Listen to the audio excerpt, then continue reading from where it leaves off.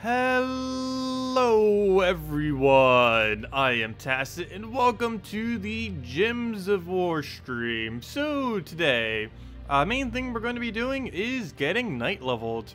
As you guys may have seen, or we kind of already knew, but the class event is going to be the knight for next week. It is one of the absolute worst hero classes in the game, but because of that, I'm probably going to be doing the class event for it, because I just want to speed through it just so we get it max.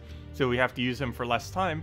But this weekend, one of our main goals will be getting this thing to level 70, so that we have all of its good perks. And I think I'm actually going to try gemming it to 100, I'm not sure. Just because I don't want to have to level this thing later, because it is very, very, very useless. So if we do it with gems and to get the class event done, I think that might be okay to do. I'd mainly be doing it for the orbs, not sure how far I'll be going with it, but we're definitely doing some amount of it. What's going to be nice is... next night event, you can use Queen Isabel into Mang. So that's going to basically just kill through everything. So it's actually going to be a decent week where it's not like ridiculously annoying. So we'll see how it goes. But anyways, that being said, main thing we're going to be doing is a lot of PvP because we need to go get that thing leveled. Okay, what do we have here? Also, don't forget that the Weaver is no longer in the drop table anymore. The Weaver from last Friday. So that might be a good thing for you. If you didn't want Weaver, you can now open the keys and get a, it now will drop one random mythic. Or, you know, if you get a mythic, it'll be a completely random one. It will not be the Weaver. Or it could be. It's a 1 in however many mythics chance there is that would be Weaver. But, you know, you get the point. He's not the only mythic in the drop table anymore. Yep, let me go bring chat over. I can't even see it right now. And, whoa, did you just double kill me when I'm going to go modify chat? What are you doing, game? What are you doing? I look away for 1 second, and it already gets a kill. Amazing. Okay, let's go take a, yeah, let's take it right over. I think we can still win this. Yeah, we'll go secure the kill, get that down, furnace him, and go from there. Skull, sure, because I don't want you to do anything. Then we just kill it with a furnace, and down it goes. Yeah, hello everyone! Hello Zeddicus! Hello Ellen! Hello Michael! Hello Demon Angel! Hello Exos! Hello Jan! Hello Danny! Hello Rut! Hello Pet! Wow, we already got the new pet! It just came out like 2 days ago. Hello Carbos and hello Sean! But yeah, there's no delay on the pet. We've already known this for a while, but case in point. Pretty much like the day after the pet event. Well, technically 2 days, but it's almost a day. Depends how you look at it. But anyways, let's go do that real quick. Maybe we'll get them leveled. We would need like, gosh, like 4 copies or something. I forget how many we got the first time. Probably not going to get enough copies here to level it, but nonetheless, it's another pet. And it's also really good EXP, so that's one of the things we're here for, of course. Yeah, it is a very adorable pet. I still prefer the birds and dragons, though. Actually, if I'm not mistaken, Sunbird's coming up soon-ish, kind of. I believe in the next month? I actually forget the exact date. Let's see, where's the spoiler thingy for it? Pet spoilers. Upcoming pets. Wrong thread. Show only spoilers. Come on, load. Load? Okay, I'll let it load for a second. Let me just go and take the red down. There we go, now it's loaded. Let's see, next one's gonna be the Corgi for International Dog Day, which is on August 22nd. And yeah, September 5th.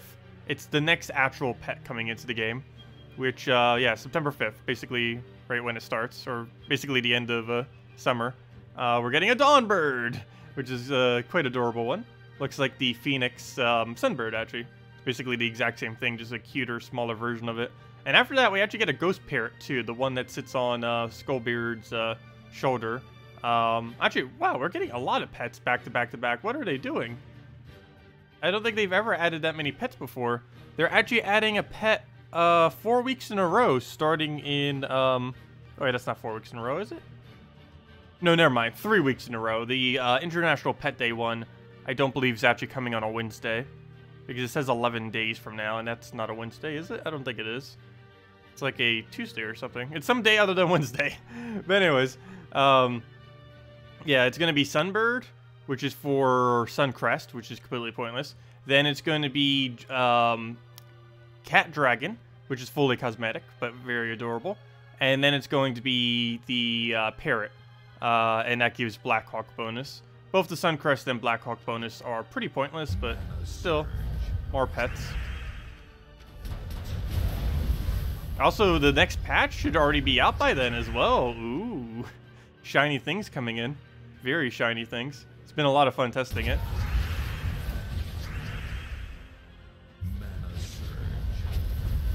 Well, it'll go and poke us. Get a yellow down.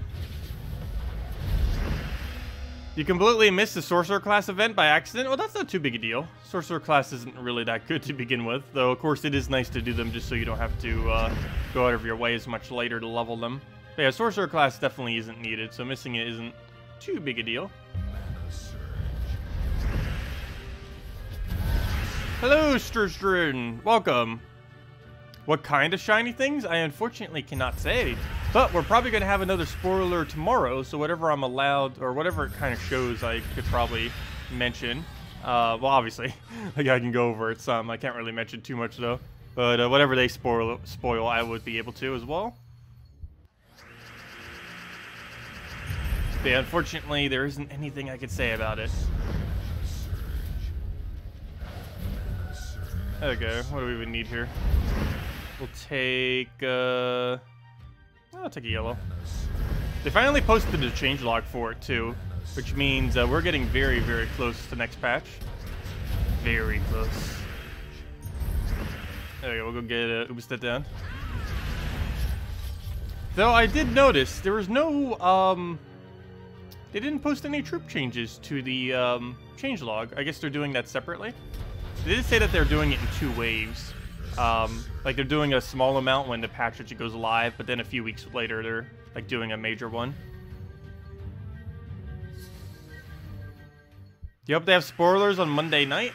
Yeah, she'll probably do more then as well. I'm not certain. I believe 2 weeks from now she'll actually be doing the stream spoiling it. And who knows, maybe she'll do a super spoiler and say like the next day, hey, we're gonna release the patch tomorrow. That won't be this Monday, though. I highly doubt they would have it through that quickly. Let's see. We'll go get that there. Are there many troops in the new patch? Surely I can tell you that. Well, to spoil the threads kind of already say that. Well, we're definitely getting a new kingdom very soon after next patch. And, other than that, we are getting more troops. I think I could say that much. How many more troops is questionable. But more is happening. That is a thing.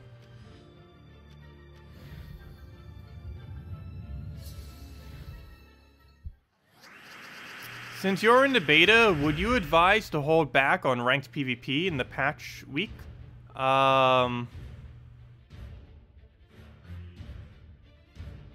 Wait, what? I don't know exactly what you mean by that, actually. Yeah, I don't know exactly what you mean. Now that I'm reading it.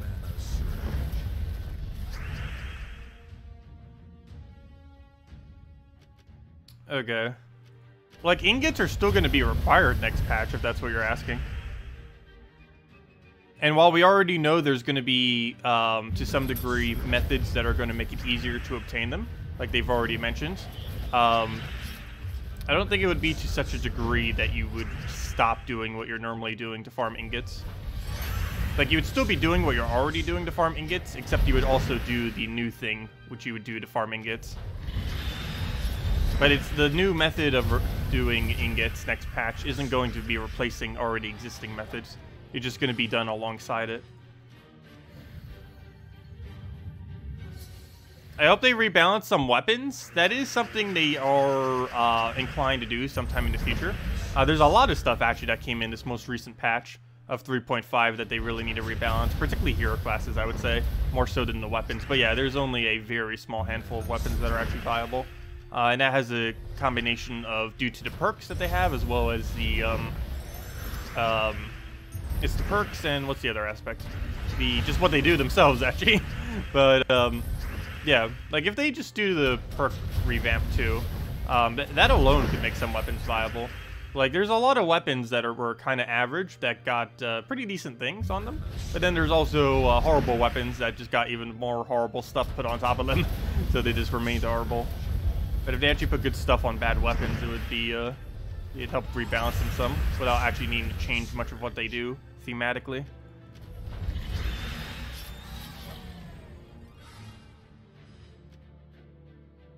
Oh, I see. No, there's nothing new being brought to the PvP thingy, so you don't need to worry about accidentally not getting your rewards. But yeah, you don't need to worry about anything like that. I see what you mean now. Yeah. Yeah, nothing like that is happening next patch. So you getting 1.9k PvP on Monday would be fine. There is another patch coming in the future, though, where that might not be. It might even be next patch. They were saying they were going to be doing a PvP rework. And it might actually be good to stay under 1.9k or, you know. Basically, I don't know exactly what they'll be doing with that, because that's not next patch. That's like 2 or 3 patches from now, if even then. But they were trying to get it this year, so probably next 2 patches. But they were planning a PvP rework this year. Or at least they're trying to get it out this year. A long while back, it was supposed to be the second to last update of the year. Then it was changed to hopefully by the end of the year. And then it's like, okay, maybe we won't even get it down by the end of the year. But I don't know what their current position is on that, but they're still working on it. Because second to last update of the year would be not the next patch, but the patch after that.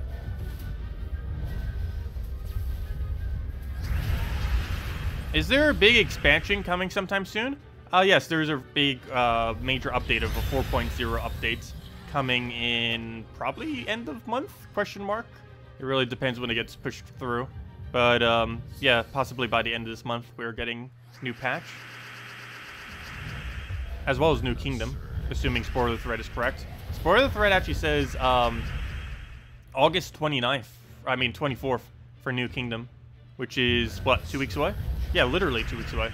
That's 2 Fridays from now, not next Friday, but the following Friday. It's that close. Though, of course, it could get pushed back. That's not definitive. We'll go take the yellow over. Take skull.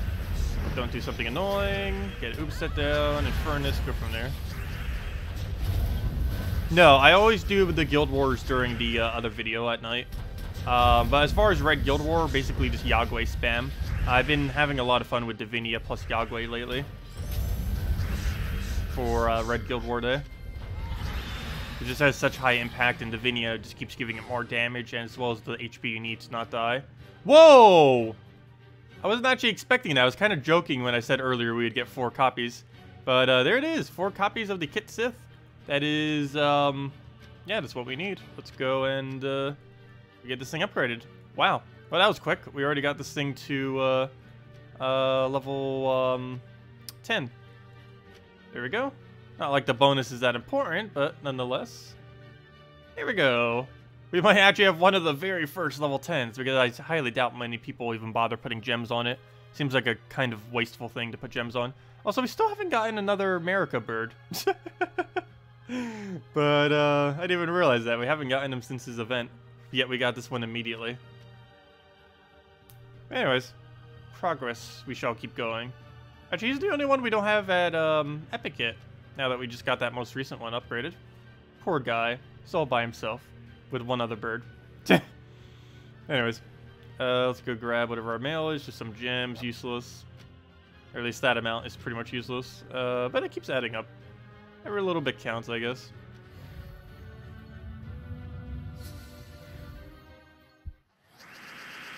August 22nd should be patch day? What makes you say that? That's a Wednesday, right? Has that been confirmed? I haven't heard anything about that.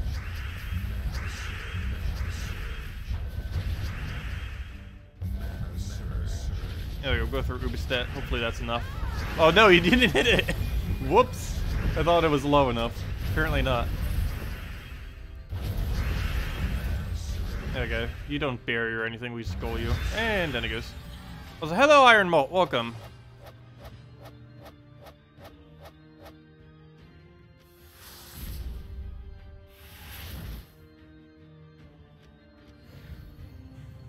It'll come in week 34, because the new kingdom will be in a different part of the map, which they obviously will have to patch in first.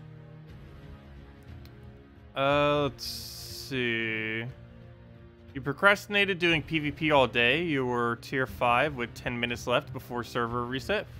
It took every you took every third opponent without exception, and literally took the first gem match you saw. Somehow you made it. Wait, what? Let's see. Wait, I'm confused as to what you're saying with that. Yeah, no, it's still early in the morning for me. I guess I'm not fully awakened. We'll pass our turns. Actually, you know what? We will go for Oobsteds. It's one of those days. Good morning, Marmaluk. Welcome. And hello, JZG. Welcome as well. Yeah, he's definitely in the drop table. All of them are added immediately to the drop table. Like every pet, the second the pet event is done, they're already in the drop table. Of course, the chance of you getting them is very unlikely because it's one in however many pets there are in the game. So you don't see them that often. But still, it's they're there. Just gotta get lucky. I really wish they would add a way other than gems to actually get pets though. Like allow you to use your excess pet food plus a ridiculous amount of souls to actually craft specific ones or something. Like have it on like a 1 per color rotation, something like that. There's currently no ways other than gems to focus down pets. And when there's so many pets in the game, that's starting to get slightly annoying to actually find the newer ones. And it's a ridiculously large waste of gems to actually go out of your way. Hey, speaking of gems, 6 gems. I forgot. I think we had to go use a bunch of teams with this yellow or something. But it's such a waste to actually use gems on pets. It costs anywhere from about 1,500 to 2,500 gems to max a pet. And in some instances, like we already see coming up, they're going to be adding 3 pets in 3 weeks. And I don't think many people have enough to throw like 6,000 gems in 3 weeks just for pets. There are some people that have that many gems, not many though. And even people that have that many, they probably wouldn't use it for that purpose. Oh, you went from tier 5 to tier 1 in 10 minutes. Okay, that makes sense then. The way you mentioned it the first time, that's not what I got from it. But yeah, that makes sense. Wow, that's actually pretty quick.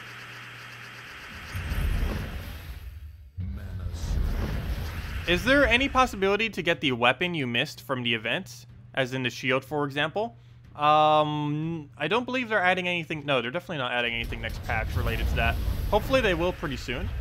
But no, next patch is not bringing anything in to be able to obtain weapons.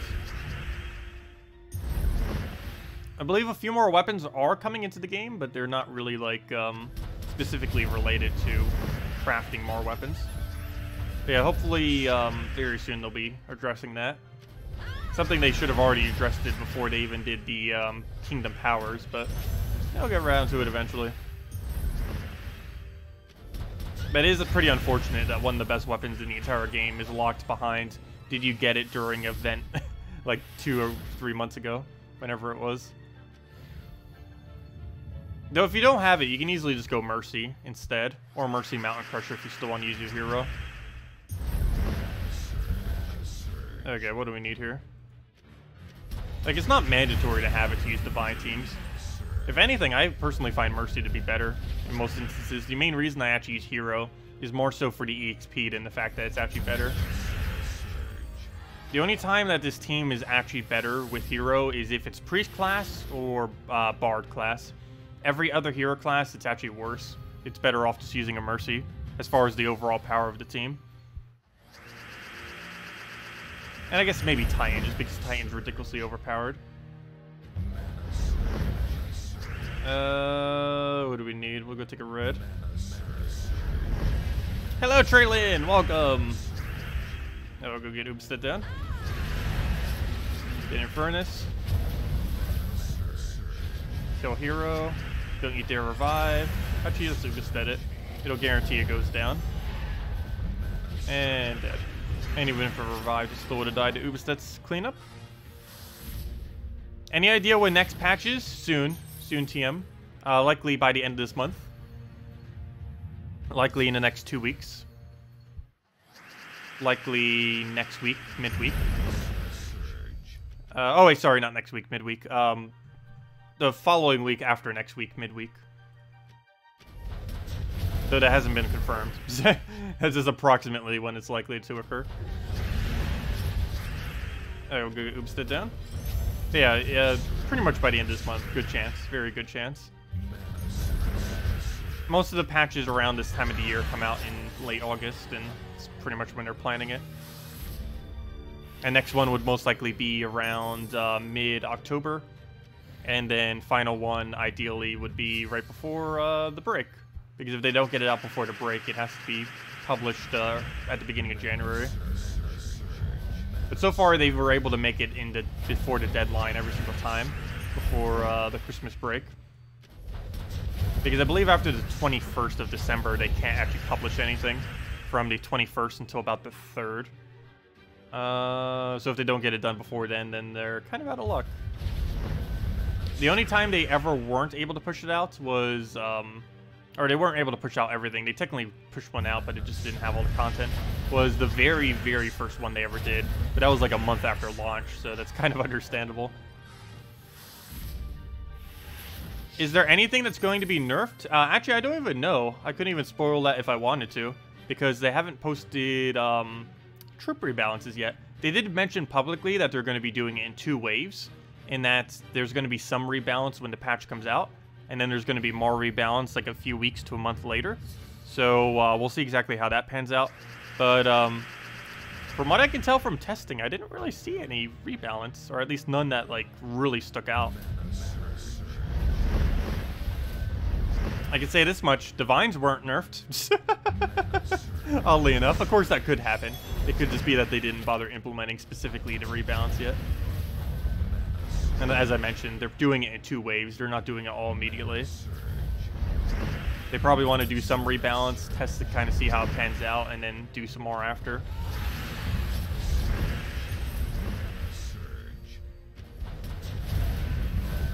Hello, September Block. Welcome. Def or Stonehammer?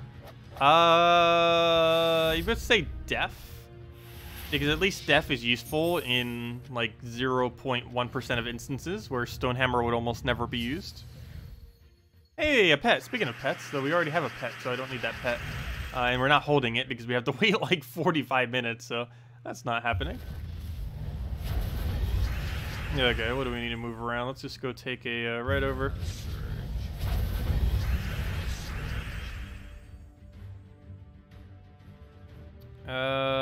Take brown, take red, for Ubestet, and what do we have here? Only 2 white pet food.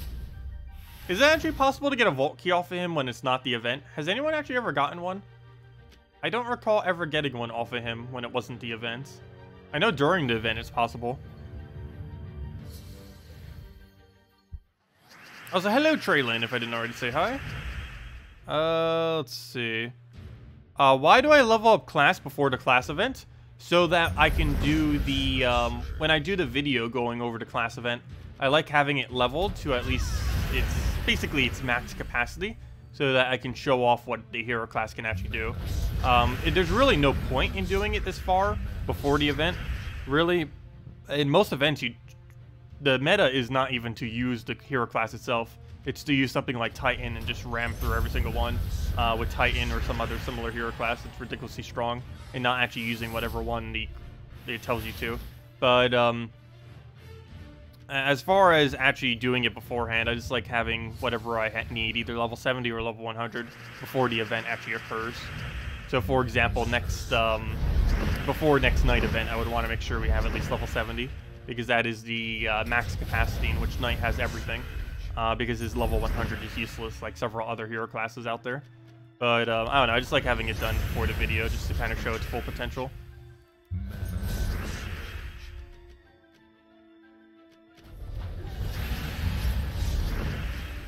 How many times did I ever get an Orb of Power? 0. I have 0 Orb of Powers. And if I was to craft every single orb I have into orbs of powers, like if I crafted all my smaller ones into if I craft all my smaller orbs into major orbs, and then all my major orbs into power orbs, I would only have about 2.5 power orbs. So we are far ways away from completing that out. Like ridiculously far, absurdly far. Yeah, they have confirmed the other week. It is not required to max, or it's not required to get a Zugoff in order to level up the Karkaroff Kingdom. They are 100% confirmed going to be adding another mythic to the kingdom. It's going to be the first kingdom power level, or it's going to be the first, what's it called? It's going to be the first normal kingdom to have a second mythic. But they're mainly doing that just because Zugoff is so ridiculously hard to obtain. There are people that own it, but it's mainly people who are trying for leaderboard on basically every single thing that ever drops orbs on them. Are the only people that actually have that kind of stuff. The average player is nowhere as close to actually being able to craft it. Actually, I'm pretty sure the average player can barely even craft one single major, or one single power orb.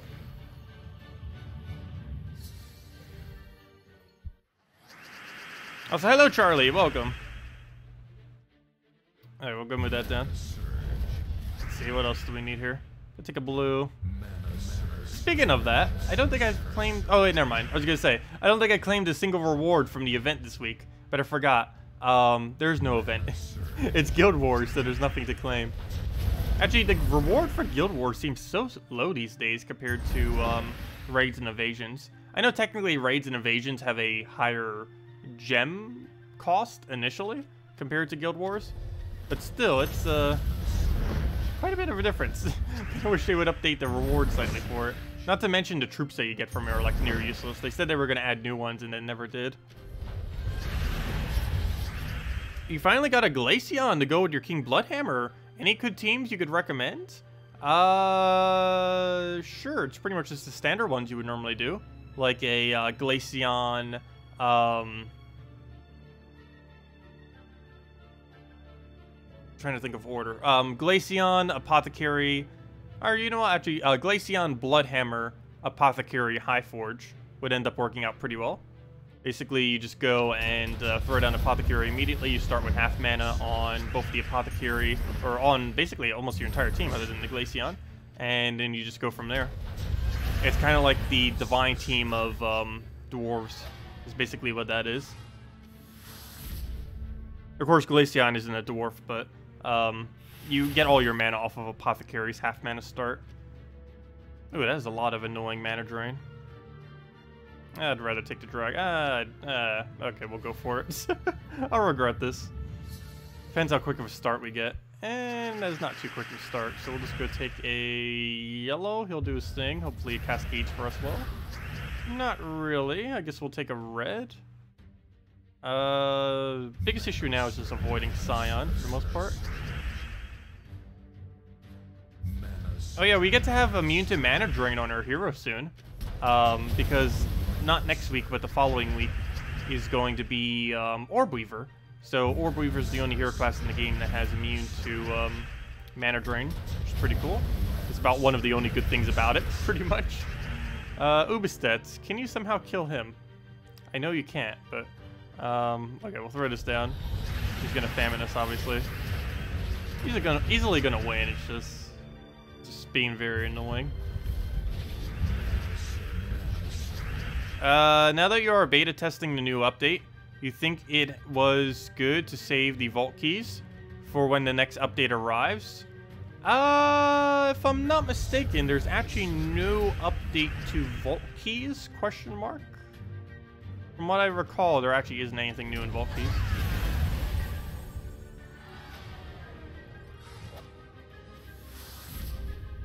And if there is, I didn't see it.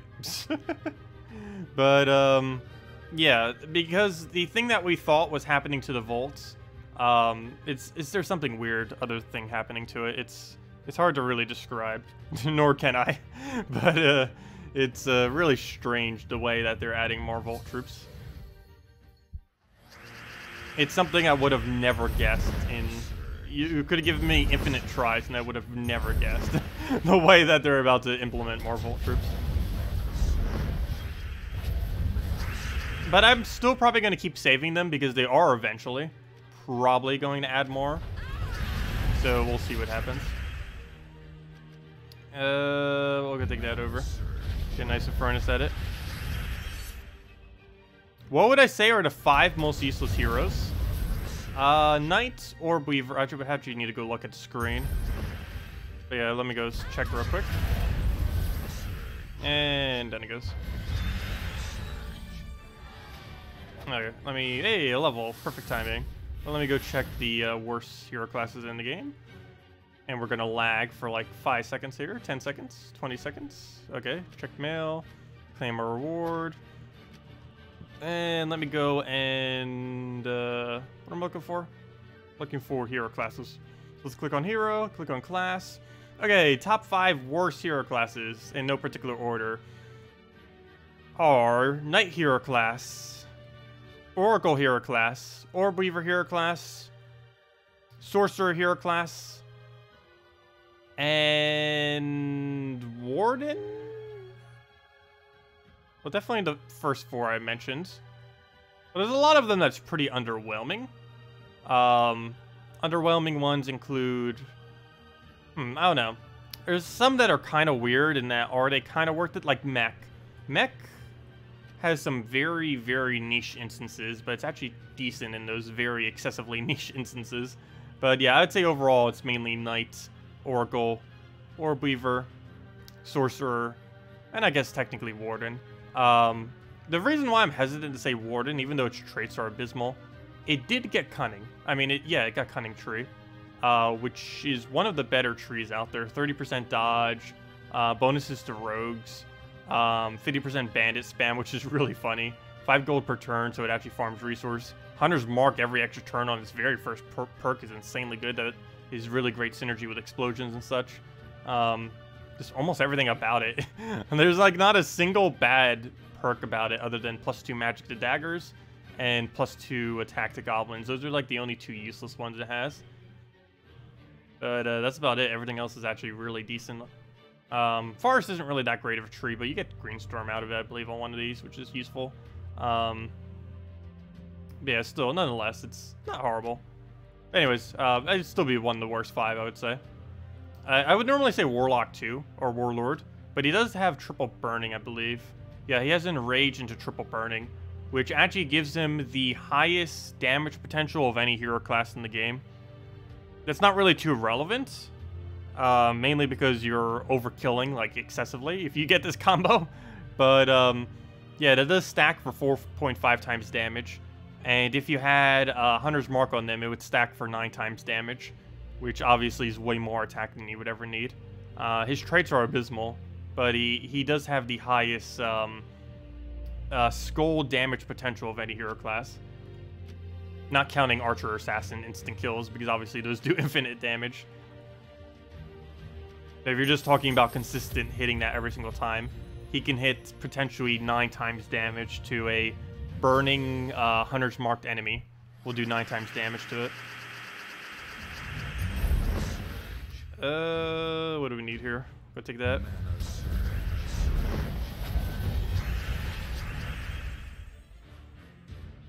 Oh yes, I never did do the weapon one, did I?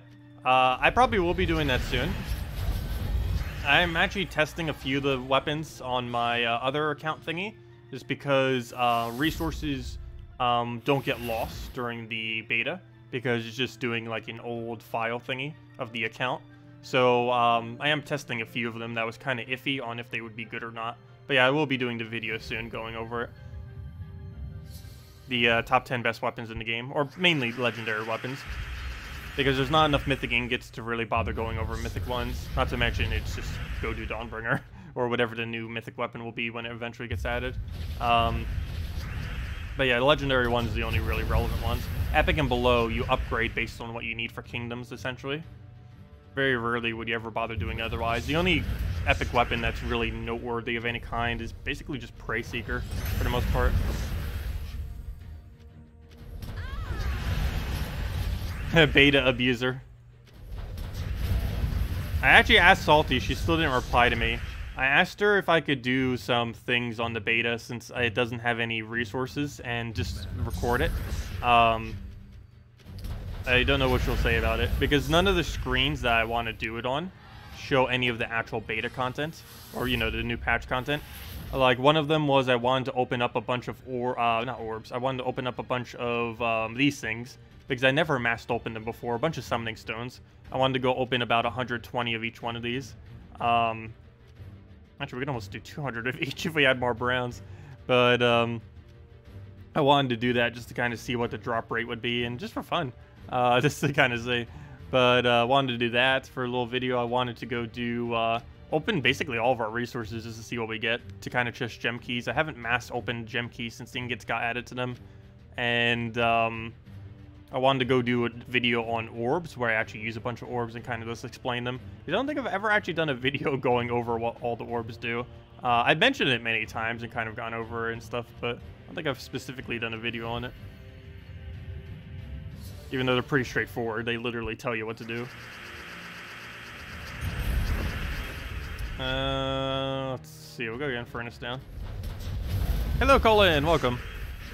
Did I talk about Zugov earlier? You missed it. You saw 2 times yesterday on Hillary. Yeah, I saw it on Hillary. I haven't seen it on anyone else other than Hillary at the moment, though. Though there are a few dozen that do have it, supposedly.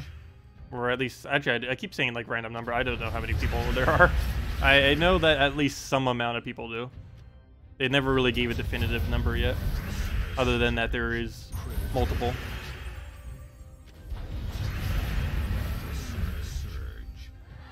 Record everything and don't upload them until she says yes. Do you know how much time that would waste if she says no, though? That's the problem.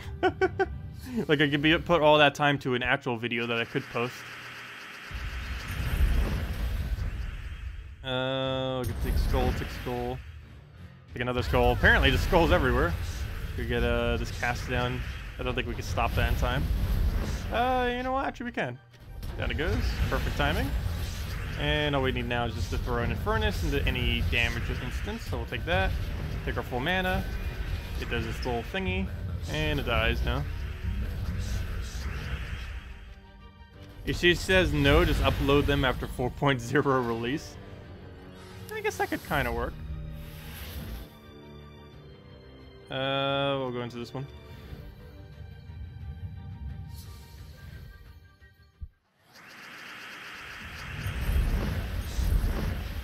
Get an Infernus in there.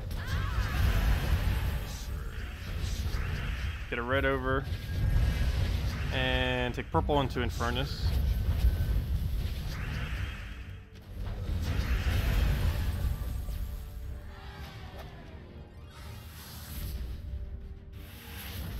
Have you ever tried fully playing the role of an annoying summon happy orb weaver? Oh yes, I have done that before. It is very funny. Especially if it gets poisoned. It has a lot of annoying potential when it gets poisoned. Yeah, Orb Weaver's summon is actually pretty decent. Being able to summon a giant spider like that. There are a few instances where that is insanely good. Very, very rarely. There's also, of course, a few instances where it's immune to mana drain is insanely good. But just more often than not, it's pretty bad. Because it didn't really get any good trees from last I recall. So let me go double check. What trees does it even have? Because that's the event next week. Well, not next week, but the week after next week.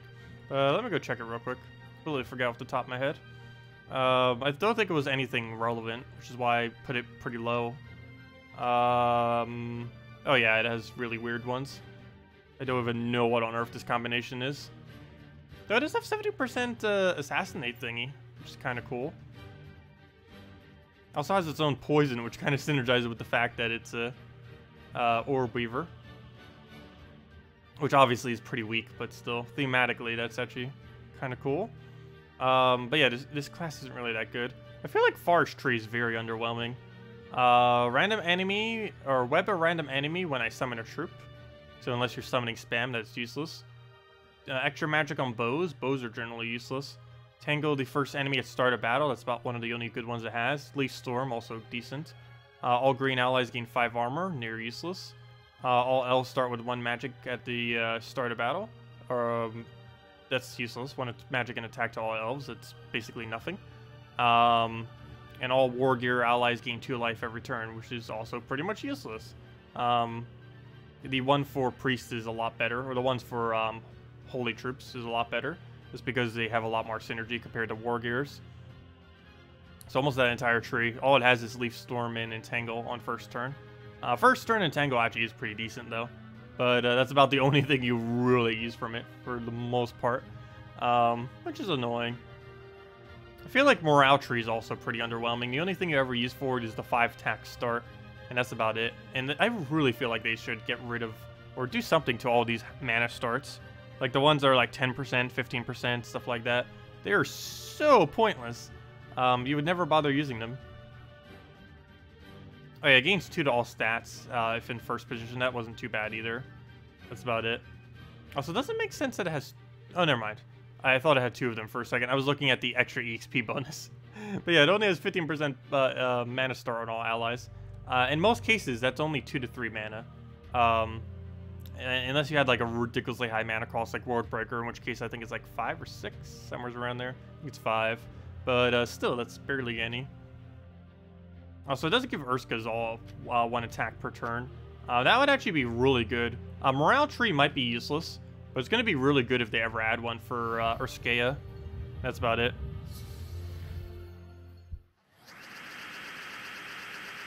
Well, you might want to craft Divine Ishbala if you've gotten that many chests without getting it.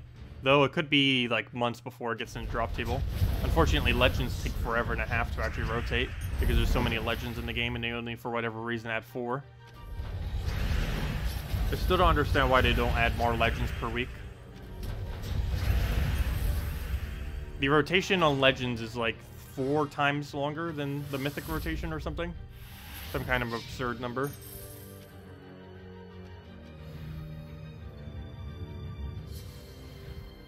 There's a few bows that are okay, but for the most part, there aren't too many. Actually, what would be the best weapon types? I don't really think there is technically a best weapon type, because most weapon types only have about 1 or 2 really good weapons. And there's no specific weapon type that is just excellently better than another. Alright, we'll go get Ubistet down. Get an Furnace in there. Take a red to browns. Go grab even more red. Did we go for poke? Yeah, we do. Grab that down, and now we just need to find any instance damage. And we have 2 chances for Skull. Didn't get it. Yeah, he gets it on this first. Hello, Ryan. I know Knight fight. Trying to get Knight leveled. We're getting there. I think we're 44 right now or something. Let me see. 43. 44 will be next level. Also, hello, Roko. Welcome. Alright, we'll go take this yellow over. We'll just let him firebomb. Actually, you know what? We'll just go take a skull. At this point, if he's just using firebombs, all we have to do is just wait until all the firebombs go down. But yeah, things like 4 times Firebomb will probably be like completely obliterated from the game once they revamp PvP. It's probably actually one of the reasons why they want to revamp PvP. Other than the fact that it's still a kind of dated system. Hey, nice, they're ultra rare you can get. But it's mainly because there's just such a imbalance of what gets used. It's a combination of ridiculously overpowered teams combined with the most useless things you've ever seen. I guess we'll take the harder one, just because it's revenge and rival. Gotta get those extra resources. Is Ishbala and event keys next week? Wait, what is the next week's event? I don't believe so. Isn't next week Blighter Land or something? Let me double check. What kingdom is next week? I actually forgot what even is off the top of my head. Let's see. Spoiler image says Leonis Empire. Oh. Yeah. She is. You're correct. I can't talk today. Divine Ishbala is indeed in the event key drop table on next Monday, or starting next Monday throughout all next week. So, yeah, that's not too bad. Isn't there a new legend coming as well? No. Never mind. Wait, is there? Wait, is a rare and an ultra rare being added? Oh, bounty hunter. That's why. Never mind. That's why there's 3. I was like wondering, wait, why is there 3 troops for Leona's Empire coming out next week? I forgot. Bounty hunters next Friday. That would make sense. But yeah, as far as next week, yes. Divine Ishbala would indeed be in the event key drop table. So if you're in late game or mid game or any point where you have like any amount of good divines, you definitely want to get Divine Ishbala. She is, even if you don't, you pretty much want Divine Ishbala. She's one of the best, if not the best, skull creators in the game. Not in that she's the most overall skull creation. Like there are things better like Glaceon and stuff like that, and Keeper of Souls is technically more controlled and other things.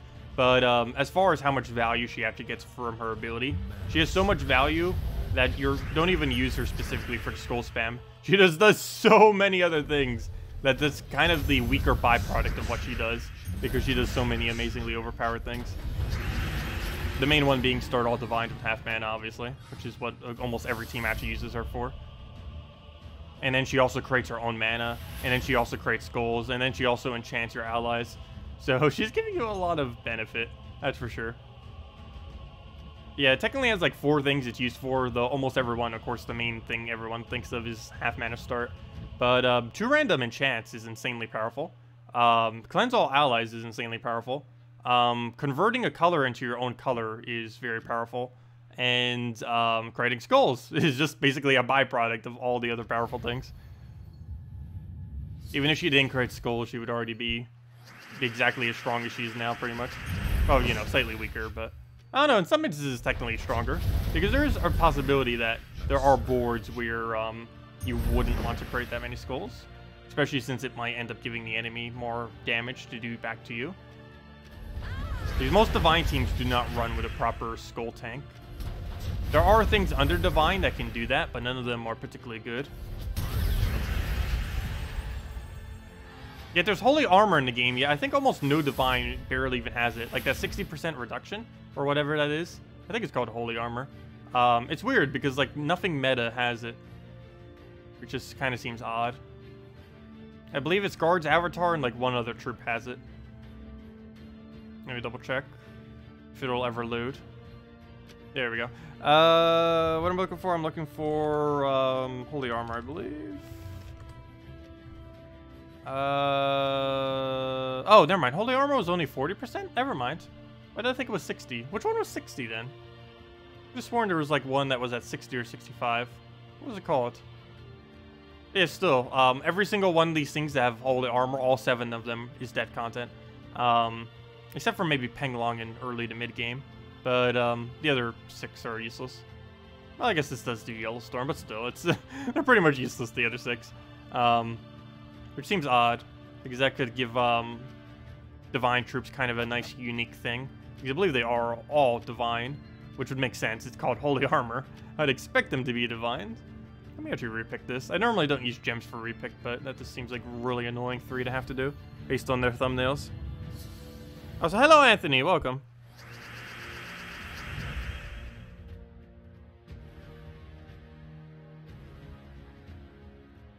Okay, we'll go and move Yellow over.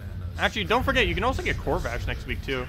It also has a chance of... oh, wait, never mind. The Kingdom doesn't have a mythic. I was thinking of Scorpius, but I forgot. Scorpius is Drifting Sands, not Leonis Empire. Doesn't Leonis Empire have a mythic, though?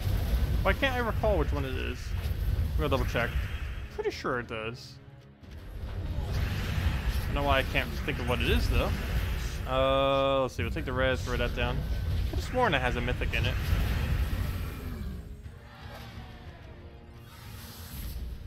But yeah, it's mainly Divine Ishbala and Corvash. If I can't remember what mythic is there, it's probably a pretty weak one. What I'm looking for is Leonis Empire. And... oh, yeah, it's one of the weakest mythics in the entire game. I knew there was one. But it's so irrelevant that it's, yeah. It'd basically be an insult if you get this instead of Divine Ishbala. because this mythic is like 1,000,000,000 times worse than the Divinish Bala. Like, this is the actual mythic of this kingdom. And this is like a common, pretty much, as far as its actual usefulness. But, yeah, Divinish Bala and Corvash is literally the entirety of this kingdom. Amira is used ever so occasionally. Falconer early to mid-game isn't too bad. Same as Lion Prince early to mid-game. Same as Manticore early to mid-game. And Moneylender's used for Alchemist's Moneylender spam. And that's about it from this kingdom. Devoted very occasionally is used, but not really. And the rest of the stuff is just useless from the kingdom. I guess technically this guy could occasionally be used. He has a weird movement spell. I wish they would add more movement spells. It's something that they kind of added to the game, but they barely really used at all. But there's a lot of potential with movement. Let's look at Darkest Dungeon. Like, if they were to ever take inspiration from a game, they just need to look at Darkest Dungeon and implement an entire kingdom of movement-based troops based on that game. It's a mechanic that's in here, in Gems of War, but it is so underutilized.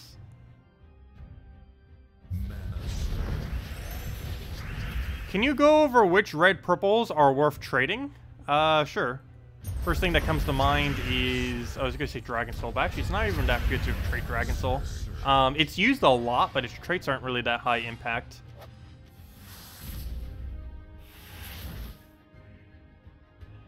Okay, red purples that are worth trading. Well, one is Assassin class. If I'm not mistaken, Assassin uses red purple. It's actually really good value to fully trade Assassin. But other than that, things that are okay to trade, fully trade under red purple. Azurus is used for soul farming teams. If you don't own Fairish Ra, Azurus is best in slot for soul farming teams.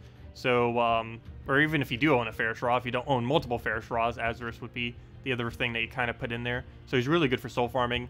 Amira, while not really too commonly used, is a great blue Guild War defend troop. And occasionally it's used in against blue teams just as a true damage, or even just against teams in general, because it has pretty decent true damage overall, particularly to blues, obviously. But it's okay fully traded. Other than that, Karnex occasionally. I forget if Elamagrim requires it, but definitely him if he does. I forget if Infernus requires it, but definitely him if it does. Medea at the moment I wouldn't really say is worth trading. Queen Titania definitely is though. Fairy Fire, one of the best Fairy Fires, if not the best Fairy Fire option in the game. Because it can zero turn the entire team into Fairy Fire. Well, so can Glitter Claw, but it's a little bit more consistent since all you have to do is extra turn spam with Alchemist Moneylender or other combos. Alchemist Moneylender, Yagway, Queen Titania is pretty high up there in strength as one of the better teams in the game. Sunbird, just because you get a few extra damage. Oh, no, you don't, but you get Red Storm, I mean. Well, it gets extra damage off its first trait. But Sunbird isn't too bad. You use it for Explore. Dragon Soul, while not the greatest of benefit from its traits, is still so overly used that you'd probably want to trade it. Umbral Wolf is used for Purple Guild War Day, for Infinite Purple and Storm. And that's about it. Maybe Wisp. It's the quickest Dispel in the entire game, though it is not the best Dispel in the entire game. Currently, the best Dispel, or the most spammable Dispel in the game is Azura. But the quickest one that you can ever get off is Wisp, because it only takes 2 turns. First turn to take mana, and second turn to actually cast it. Unless you actually turn your first turn, in which case, well, you can 1-turn it. Though, almost never would you really need to 1-turn Wisp. There isn't anything that, like, starts your entire enemy team with, like, Barrier or anything like that. If they ever did add that, then maybe that would become relevant, but the only thing that currently starts the enemy team with anything is that one trait that randomly gives a ally a status effect at the start of battle, and you would never really need to carry a Wisp just to counter that. That would be kind of pointless. A little overkill.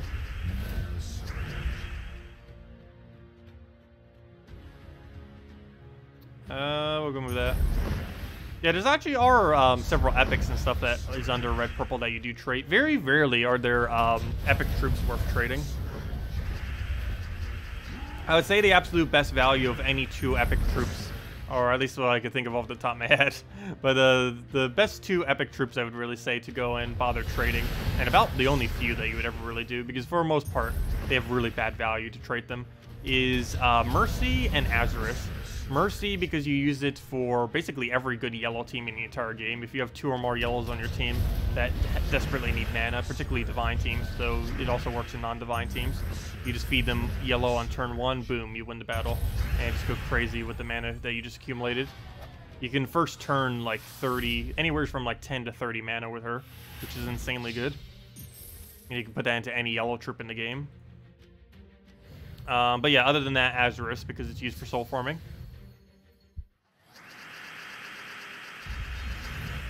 Did I miss like 40 comments or so? How did I miss that many? I didn't miss that many. Let's see, I mentioned that, I mentioned that. Oh, hello, Matthew. Let's see. New legends are added only on Guild War weeks. Have they done it that way? I did barely even notice that. I know that it was normally on Guild War weeks. I didn't realize it was only on Guild War weeks, though. But yeah, I guess they actually did do it, so it's only on Guild War weeks. Hello, Anthony, if I didn't already say hi.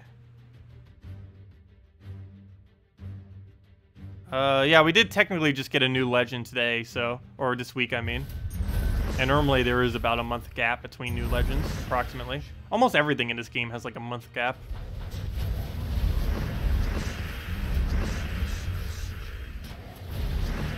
I think that what started that trend was Mythics, actually.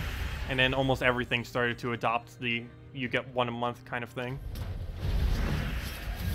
Because they do that just not to release too much content too quickly. I'm gonna get rid of Divinish Paula just so we don't have to deal with that. Kill Ubistet, and that's match from there. Obviously we haven't won yet, but it's pretty much over at that point. Oh, Ice Armor, thank you. Yeah, that's the one that has 65%. I could have sworn there was a 60% though, isn't there? Pretty sure there's 60%, and that's the one I was actually thinking of. Is whatever one's at 60%. I'll go double check. Could have sworn there was one. I believe, what's his name has it? Anu. That's the one I'm thinking of. Aegis. Has 60% score reduction. This was the one I was referring to. I believe he's actually currently the only troop that has it. Yes, he is. He's the only troop in the entire game that has Aegis for whatever reason. I don't know why that is the case, but yeah. Also, Ice Armor, like you mentioned. Glaceon, I believe, is the only one that has that. Yeah, oh, he's the only one. This comes up because his ability is literally Ice Armor. But, you know what? They should really give him Ice Armor then. I guess that might be too overpowered on a rare troop, though. But, I don't know. His ability is literally Ice Armor, yet he doesn't have the trait of Ice Armor. Though when have they ever been consistent?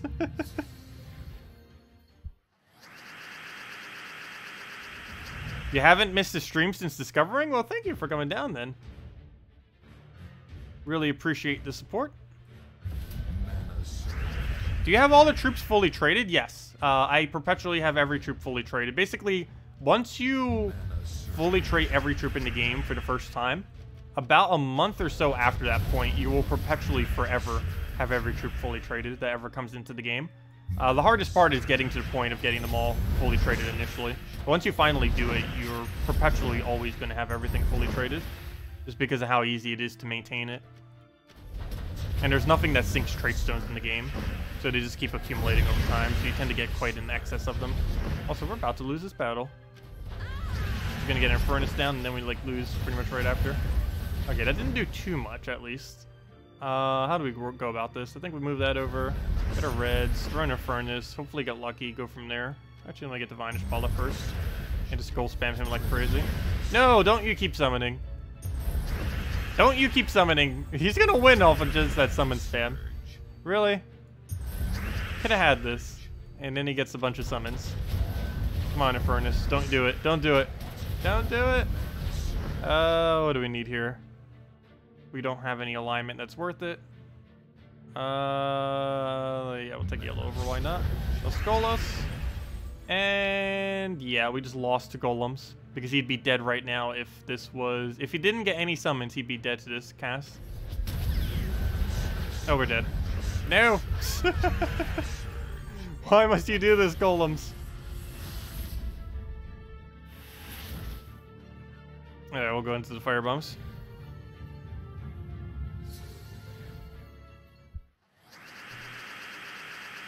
Is there a troop that allows dragons to 50% mana start? No. And if they ever did, dragons would become the best type in the entire game. If they were to do that. Every single team would be something along the lines of Mountain Crusher, Dragon Soul, Ward Breaker, and whatever that 50% troop is. Every single team would be based on that premise if they were to ever give half mana start to dragons. Also, soul farming would be easier than ever, especially if they gave that 50% mana start necromancy, which I highly doubt they would. But, yeah. Would be interesting how that would pan out.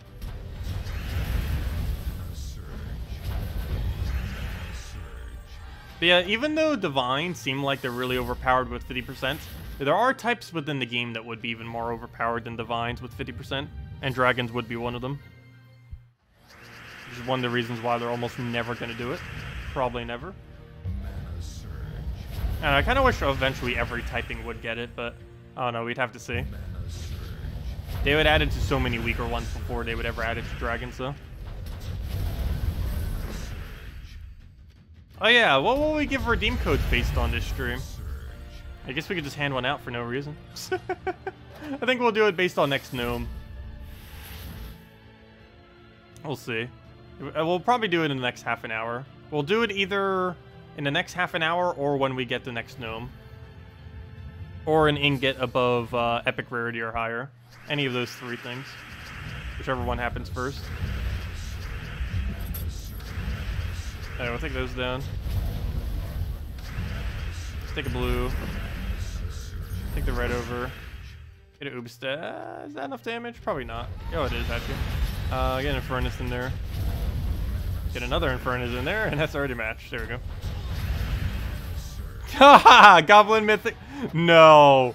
No. Could you imagine Goblin Mythic with 50% mana start? That would be the most broken, annoying thing that would ever exist in this game. Though, it could be countered very easily if they were to add a legendary or something that had the capability of freezing all enemies at the start of battle. If they had something that did that from, like, Glacial Peaks Kingdom, most likely, a freeze all enemies at the start of battle, then it would work. Like, there'd be a really ridiculous hard counter to goblins. Not to mention, the biggest thing kind of holding back goblins from ever being excessively viable anymore is Gobchomper. All someone has to do, like at this current moment, is use 4 Gobchompers. And as long as you don't get insanely unlucky, even if they start with half mana, you'd win just by your getting a Devour. You just go and devour whatever the biggest threat is, other than Fizzbang, since you can't specifically target her. And yeah, you just go around constantly devouring them. You have 3 or 4 if you're using all 4. But you have 4 50% chances to devour them. And all you really need is about 1 of them to really win. We need a goblin pet. It's coming eventually. Not anytime soon, but it is coming eventually. Obviously, every pet will eventually be around. I really feel like they should add them a bit quicker, though. Next month, they're going to be adding 3 in a row, but it doesn't seem like it's going to be a trend. I think it's going to be still like about one per month on average. But there are instances where they will, of course, speed it up. Just wish they would do that slightly more often. Honestly, I wish every single week had a new pet. Also wish there was no such thing as cosmetic pets. Like, I don't mind if it was like the most useless bonus in the world. Like maybe just more hero mastery or something. But it just seems weird that there are pets that have literally no benefit whatsoever. Hey, we actually got 2 4 times reds. Not only did we get the 1 extra turn, we got 2. Too bad they don't stack. Could you imagine if all extra turns stacked? There was a glitch at one point where goblin extra turns could stack. But it doesn't exist anymore. It was actually one of the times when goblins were the most broken in the game. Because you get infinitely extra turn. Basically what had occurred was if you did an extra turn off of your ability as well as on the board, it would start adding additional extra turns on top of each other. And you could stack into infinite extra turns. In that you could take a 3 and it would still be your turn. And you could do that multiple 3s in a row and still be your turn. Because you stacked so many prior. Which goblin is the best to take out first? If it's a traditional goblin team, you generally take out Nobbin Brothers first. then you go for Fizz Bang, and then you go for whatever the other one is, because the other one tends to change. Of course, the main composition of the team is Nobbin Brothers, Fizz Bang, Grapple Pot, and then one other troop. That one other troop is sometimes the Goblins, it's sometimes the Siren, it's sometimes any number of things. But, yeah, it's normally Nobbin Brothers first, just because you want to get rid of 2 colors from their team. It also gets rid of a explosion potential. It also makes sure they can't reduce your attack if that's relevant to your team. Normally, attack reducing is actually a good thing, because it's the least consequential thing you can normally do. But, yeah, he's normally first. Ideally, Fizz Bang would be first if it was actually targetable. But, yeah, it's Nobbin Brothers, then Grapple, then whatever the other one is, then Fizz Bang. Though Fizz Bang is the biggest threat, it's just it has stealthy, so you can't actually specifically target it. If you can kill it without targeting it, then it'd definitely be the first thing you'd want to do. The only way you can really kill it that way, though, is with adjacent damage. That or with Skull Spam. What do we need here? But Nobbin Brothers does have 20% dodge, so that kind of gets in the way of trying to Skull Spam it. What do we need? I guess we'll go take a... Oh, wait, never mind. We're up against Fire Bombs. What am I doing? We can do literally anything. Throwing Furnace down. How did he not die? Well, that was a waste. What a gigantic waste that was. Really? You would. Okay. Stop getting lucky. Stop getting lucky! Here. There's nothing you can take now. Just take your Firebomb and go.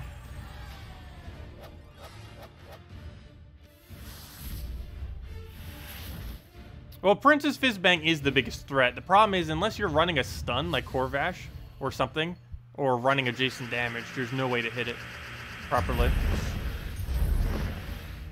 Unless you're running an AoE, in which case you would just hit everything at once. Why are there so many Firebombs teams at the moment? Main reason is because it's better to lose your defense than win it, assuming you're not making leaderboard. And the reason for this is revenge battles give twice the amount of gold, whereas a 1 revenge battle, when your defend team does it, gives you almost nothing. Gives you like 100 gold, a few glory, and barely anything. Whereas doing it for revenge is twice the amount of gold when you actually take it on the revenge. So you get way, way, way more value from losing the battle than winning it. And the reason you set an actual good team if you're trying for a leaderboard is just because your ranking for PvP is affected by it. But assuming you're not making a leaderboard, there's no point in worrying about your ranking. And a good majority of people won't be making it. There's, what, on each platform, well, at least on PC Mobile, there's at least like 70,000 trying for leaderboard on a given week. So, or not trying for leaderboard, but, you know, like playing the game. But, we're playing PvP at least. But about 70,000, only 1,000 of those actually get a better reward. So, not too many people are really trying for it. So for a good majority of people, it's better just to set Firebombs. Or something ridiculously weak. But Firebombs is the best, weakest team. Do we have a pet active? Yes, we do, Zork. I believe it has 20 minutes left, maybe lower. We actually have the cute kitty, the one that was available last Wednesday. The Kitsith is available.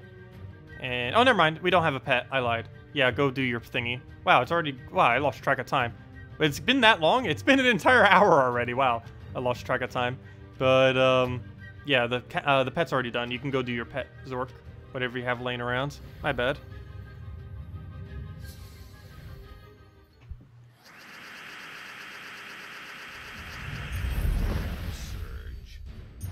Yeah, we'll do that. Do that. Throw in Furnace.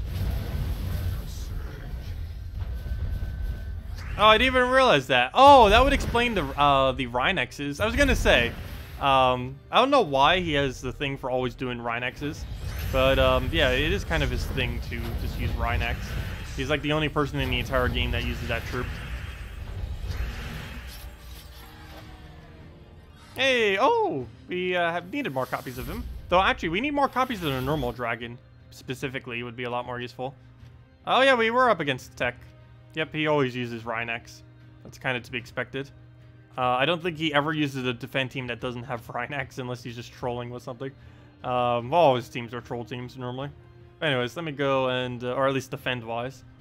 Let me go and take the pet. Unfortunately, it's not the one I really wanted, though. If it'll load. Come on, troop menu. Let's see. How many more copies do we need of this?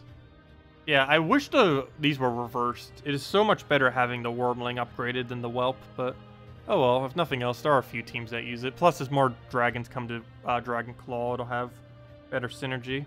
But, yeah. Let's go get it. It's not the exact dragon I want, but we'll take it.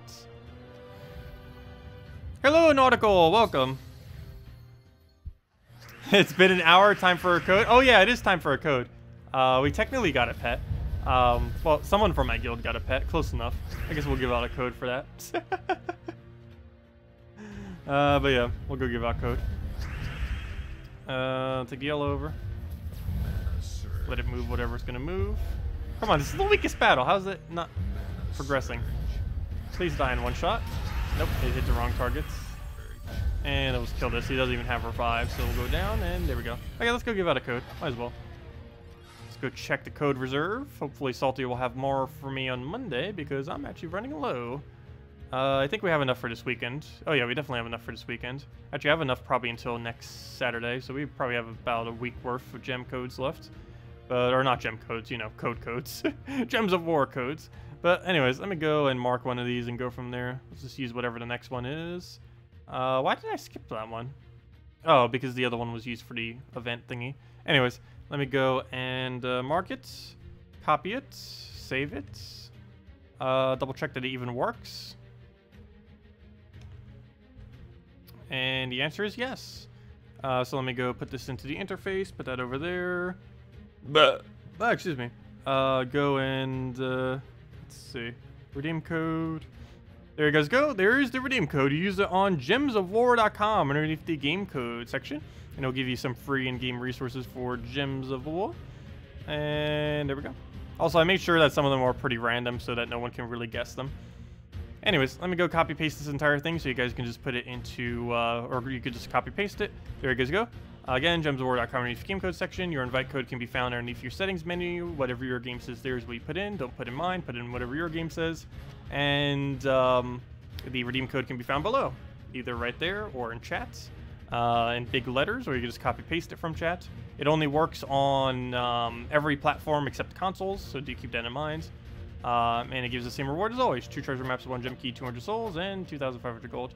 And I guess we'll open the gem key real quick. Wow, we have 1,100 actually. We have quite a reserve because we've been getting pretty lucky on recent mythics. It's been a while since we've really had a nice reserve of keys, but we're starting to grow it decently. Also, all these gold keys are saved for next kingdom.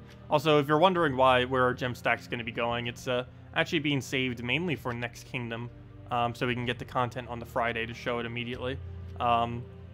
New kingdoms coming out that way is probably the biggest sink of resources for myself, I would say. Mainly because you basically have to needlessly throw excess amounts of resources, which is kind of pointless. I wouldn't advise actually doing what I do. You should almost never, well, I shouldn't say almost never, but very rarely should you actually go and just like spam new kingdoms with all of your resources. At least later in the game, you should technically never do that. If you still need more than half the mythics, it would be fine.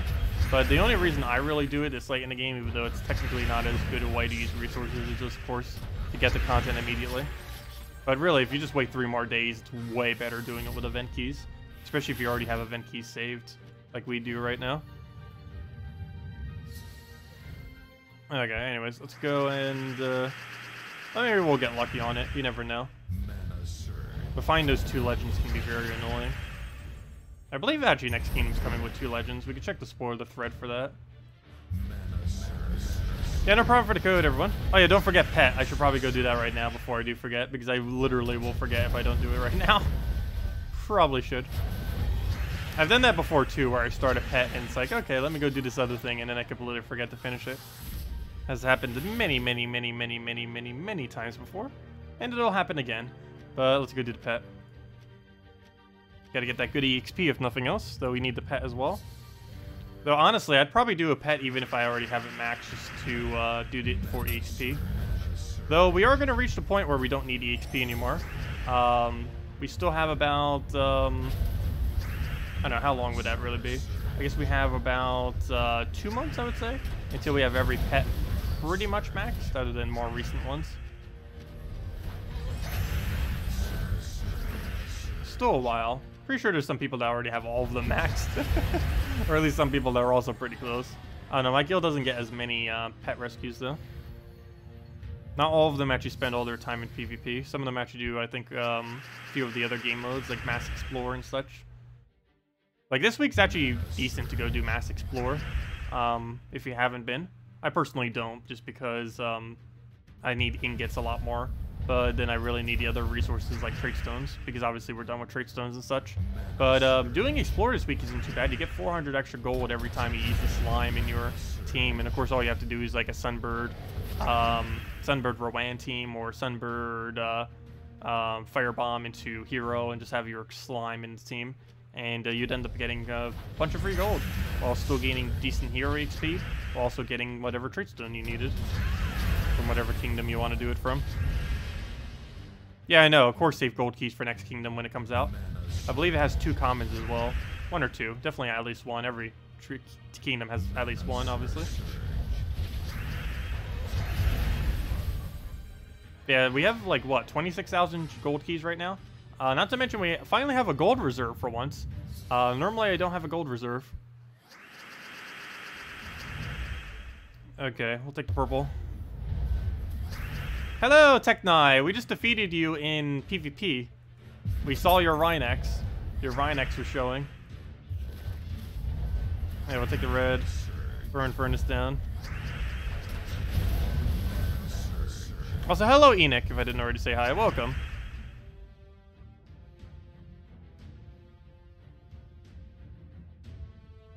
You feel like they should do something about the extra turn mechanic in Treasure Hunt? I feel like Treasure Hunt really needs some love. The premise of it seems like it could be really good, but I don't know, it just hasn't really been updated for ages. Also, I would love if they actually had another minigame that was like it.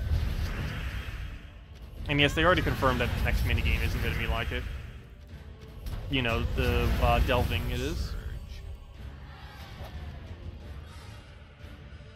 Okay, we'll go into that.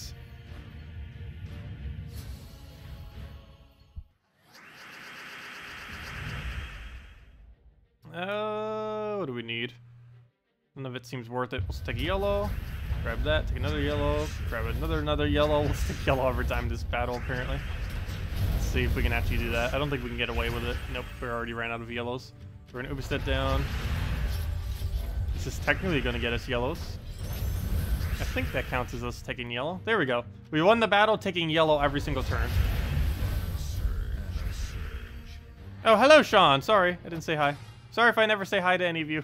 I'm not deliberately doing it. It passes by in chat and then I just don't see it. What minigame? You missed that. Oh, they already confirmed a new minigame's coming into next patch. It's called Delving. All that's publicly known about it at the moment is, let's see. It's going to kind of be like dungeons.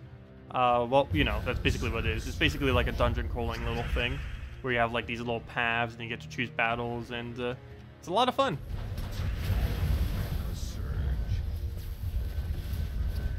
Okay, we'll go and throw an Ubistet at it.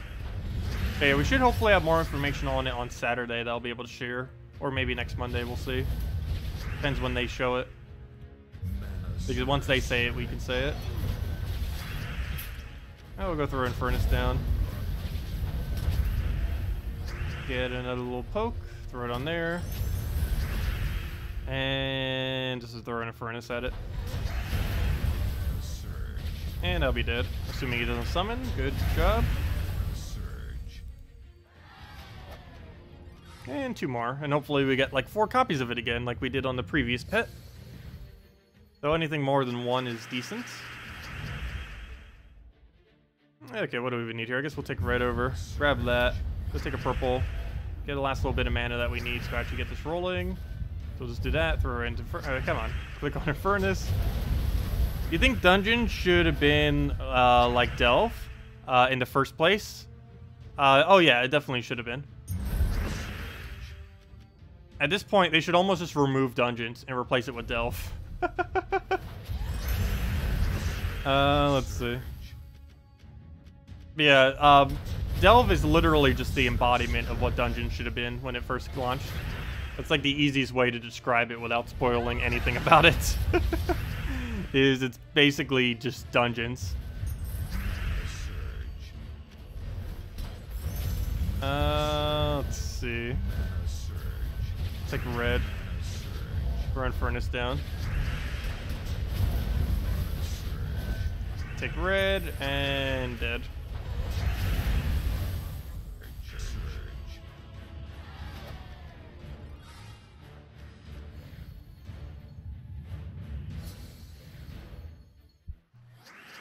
Okay, what do we even move here? We'll take the reds over. Nice cascade. I'll take a blue and just start spamming everything. I'll do it on a furnace first because I want to land Ubistel on him in case he feels like reviving. And that should be a kill. And he did revive, so he got the kill off of there. That's the whole reason why we focused them.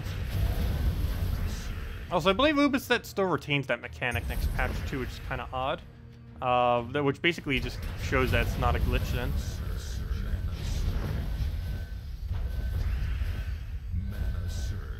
Okay. Oh, whoa, whoa, whoa. What is that damage? I forgot. You do triple damage when you, or it's triple, right?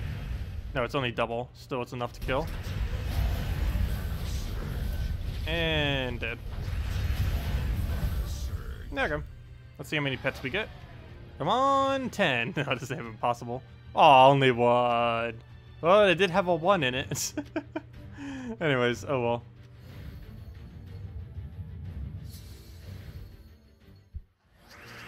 You want the lockpicking minigame from Puzzle Quest? That's basically what Treasure Hunt is based off of, though. Like, it's almost exactly what Treasure Hunt is. Well, I shouldn't say exactly. They're actually very different. But, you know, thematically, they're the exact same thing.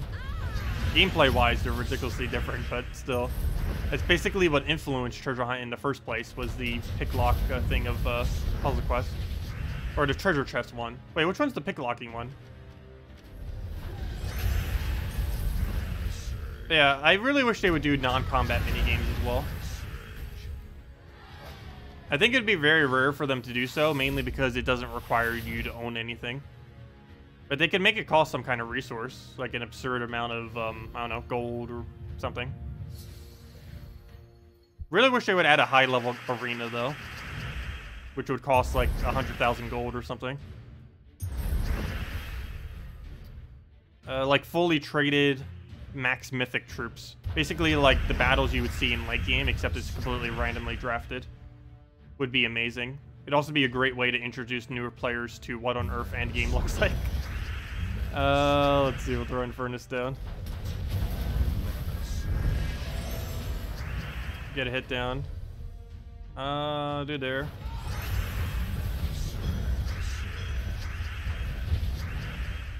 Lockpicking was the specific gems to end the board. Oh, yeah. The one where you had to move the gems all the way to the bottom to get it to the current location. Oh yeah, there was a lot of interesting minigames that was in there that were kind of like that. But yeah, I know which one you're talking about now. Where you basically have to go in the line of gem all the way to the bottom. Or multiple gems all the way to the bottom. Like there was a certain location on the board. Like let's say right here. It would have a little circle around it and it would have a red circle. And over here would be like a blue circle. So we'd have to get a red there and a blue there. So we'd have to do something like try to find it 3 times right here to go move both of them down, and so on and so forth. But yeah, there was like a bunch of circles on the board, and you had to make sure that each one of those circles had the corresponding color in it, which is pretty cool. There's a lot of small stuff that they could do with that, and some of them can actually be implemented into battles. Like that one easily could be added to a battle. Like you have to survive this ridiculously hard battle. Or that's not how it was in Puzzle Quest, but basically they could make it so they have to survive some kind of battle, and the only way that you can win is by getting the colors to their corresponding location. Though the only problem with that is gem spawners would be so ridiculously overpowered at doing that. Though if it had it so you had to do all of them simultaneously, maybe that actually wouldn't be the case. But like if you had to do one over here, and like one over there, and they were all different colors, and I guess you couldn't cheese it with gem spawning. Unless there was like a double spawner and then you just happened to randomly cascade into the other one. But at least it would give double spawners a purpose, if nothing else. Most double spawners are pretty useless because of their inconsistency. So if they were to add some kind of feature like that, that would actually make them pretty good. Yeah, there's a lot of small mini games they could be adding. See you, Marilyn. Have a good day. What do you think of the combination of hero as a sorcerer using Orpheus loot? Wait, what? What do I think about the combination of hero as a sorcerer using Orpheus loot, Inferno King, Yagwe, and Shegra? I assume you're using it for the Doomstorm then. I guess that's okay. Sorcerer really isn't the best thing to really be using for Skull Spam though, by any stretch, but I guess you're using it just for the Doomstorm. And since it is the only Doomstorm at the moment, or Doomstorm start of a hero, I guess it could be okay. It's just really bad with skulls. Like, the class itself gains almost no benefit from it.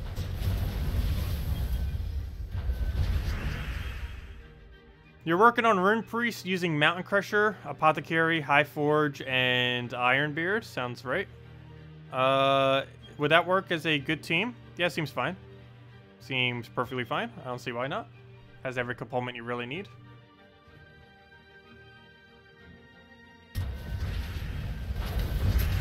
Okay, what do we need to move around? Move that over. But yeah, I'd say the strongest dwarf-related team, though, would be... It's not full dwarves, but it's close enough. Oh, wait, never mind. It doesn't use hero, though. Never mind. Team I was about to just mention doesn't even use hero. That would fail. I was going to mention the Glaceon team, but it can't fit hero into it, so that wouldn't work. But yeah, what you mentioned is fine. I forget how I ended up leveling mine. I think I mainly just did the event, actually. I had to have done some other amount of it. I think I was just spamming Sunbird or something. Oh, with a Rubus Vet. And of course just using it in some kind of team like this. It feels weird that you could just use literally every hero class with this team, but it is the case. Okay, we'll go through the hit on there. Throw in Furnace, and down it goes.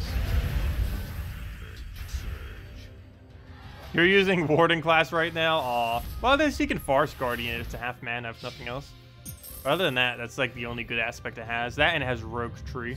Or Cunning Tree, whatever it's called. I think it's called Cunning. But, yeah, it doesn't have too much going towards it, that's for sure. Okay, what do we need? We'll take a green over, let him have fire bombs, go from there. Yeah, I'll throw in Furnace, why not? Alright guys, see you, Dallas. Have a good day. Have a good weekend. Nope, why did I do that? Could have gotten a kill. Okay, good, we still got a Cascade. You got all of them to level... Wow. Oh yeah, you're like level 1,500 or something, aren't you, Zork? But yeah, that's a lot of progress. I'm only slightly beyond halfway there. We have 8 hero classes maxed, which is technically half. But, of course, we have a bunch of other ones also partially leveled. So, yeah, we're getting there. We're a little past halfway there as far as maxing every hero. And the patch has been out for, like, what, 2 months now? So as I mentioned earlier, we have about another 2 months until we max everything. Probably even less than that. But we do have to keep in mind they're going to be adding more hero classes too. I don't know when the next one's actually coming though. It's been almost, we've only gotten one. It was like Rune Priest immediately. But they still haven't added one since then, which is kind of odd. I don't know why that's the case. Hello AJ, welcome. Also, let me go convert my things. I think we have about enough to craft a weapon at this point. A new ultra rare. And then we only need 2 more, and then we're done with all ultra rares, and then we move on to epics. Well, let's go see. How recently have we done it? Pretty recently, actually. I think we did it at the end of last stream or something. So we don't actually have too many to go do, but still, we'll see how close we are. You never know. And let's go check. How close are we to next weapon? I think I'm going to sort it because it's going to take too long to find where nerfed the few weapons we need to upgrade are. Troop menu loading. Come on, you got this game. There we go. Okay, let's see. I'm looking for weapon, and I'm looking for rarity. And then we go down to ultra rares, and then we have 3 left. Technically about 2.5. Or 2, if we can actually upgrade one right now. Which one's worth going for? None of them. They're all useless. Anyways, let's just go into it. Ah, we still need 7 more. Let's go put it towards it. Why not? Feel like we have progress. And then we'll go put the other one on it. We just need 7 more of them. Hopefully we'll get that by the end of the stream. Probably not, though. We'd have to get lucky. Also, if anyone hasn't used it yet, make sure to use the redeem code below. We'll have another one during the stream a little bit later as well. For any of you interested. How can you know which hero class belongs to some troop type like before? There's currently no way to tell. I forgot to double check that they're adding that next patch. I hope they are. But there's currently no way to tell. Unless you actually said it. Which is weird. I can go through them real quick though. Okay, let's let it do its thing real quick. Go and cleanse that off just to get it off. Go through a little hit. Why is he using 2 of those? I don't think you would ever bother using 2, but let's go through and instead at it. Yeah, I'll go over the typings real quick. They are as follows. Oh, we're getting another level. Nice. 45.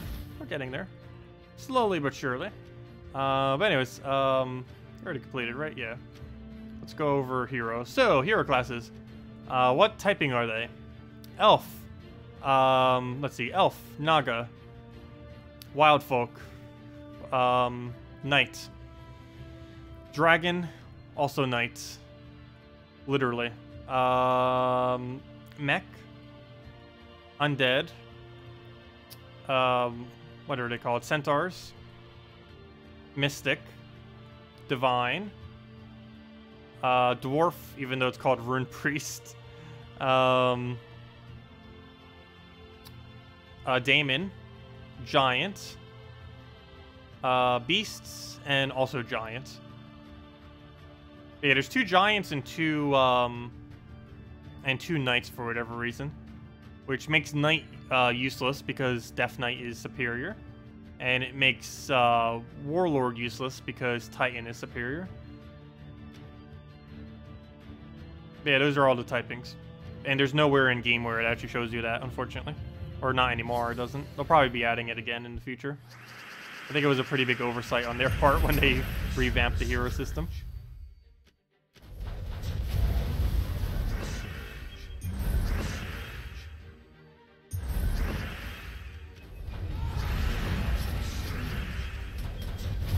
What's a decent mid-range team to level hero?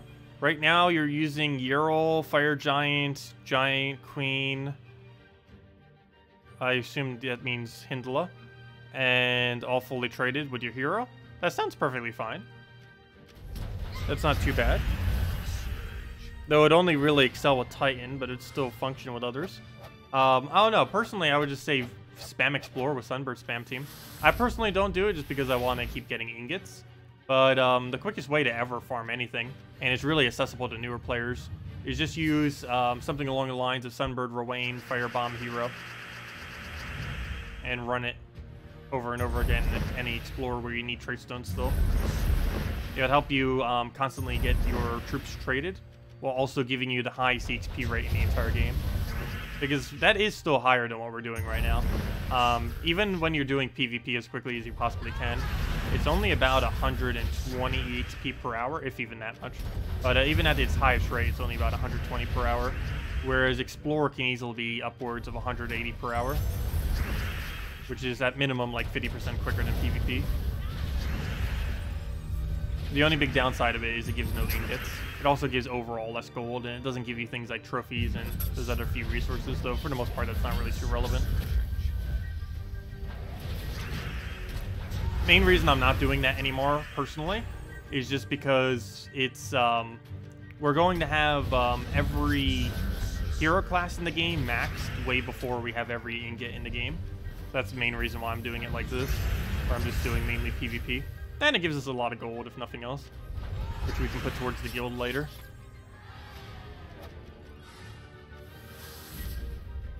Actually, speaking of that, how close are we on leaderboard? I don't think I'm too close because I keep playing the beta version. So I'm probably way far behind since I keep playing on the beta version this week. Yeah, we're still at 10,000 gap. I don't think we're actually going to cover that. I don't think I'm going to try. We'll see. I'm probably not going to bother with leaderboard this week. We're still going to get pretty close. I think we'll get to like 20,000, 25,000 or something. We need about 33,000 to make leaderboard these days. I think last week finished at 34. But that was mainly because of the Treasure Gnome event. We'll go through Ubistet down.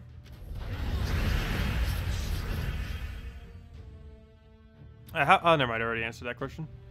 Let's see. But yeah, if anyone has any other questions or anything you want me to go over, just let me know, and I'll make sure to do so. Still going to be around for a little while. I'll have another redeem code a little bit later. Okay, down he goes. What are we right now? I believe 45 on Knights. Still got a ways to go, actually.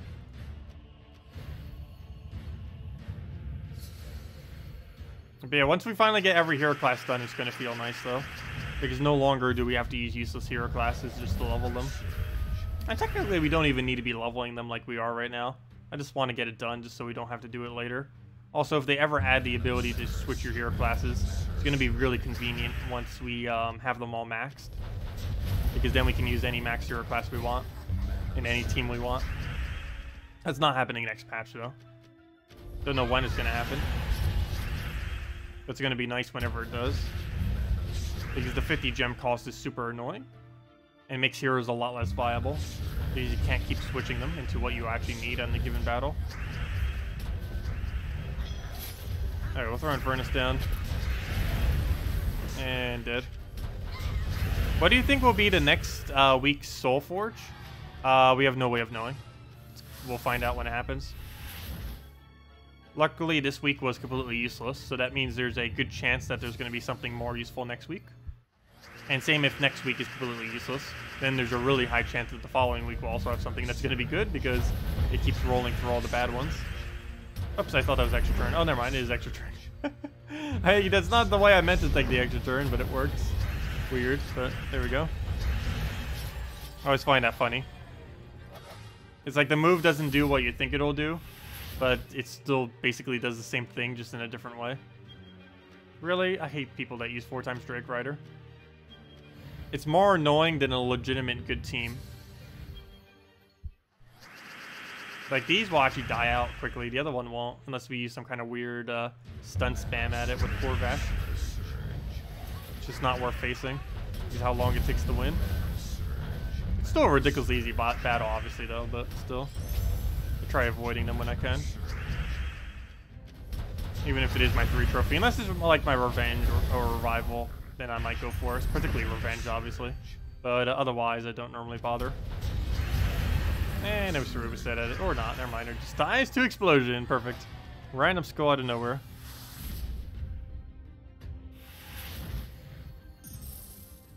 Well, we have no real way of knowing what we think it'll be. And I don't think the most recent mythic was added to the drop table yet. Yeah, hopefully we'll have, I guess, Ferris Raw. Oh, no. We already had Ubistet recently, so probably not getting that. Though I believe the cycle has recycled, so it could actually occur if I'm not mistaken. Yeah, there's no way to really even, like, guess in any way. There's nothing to base it off of, for the most part.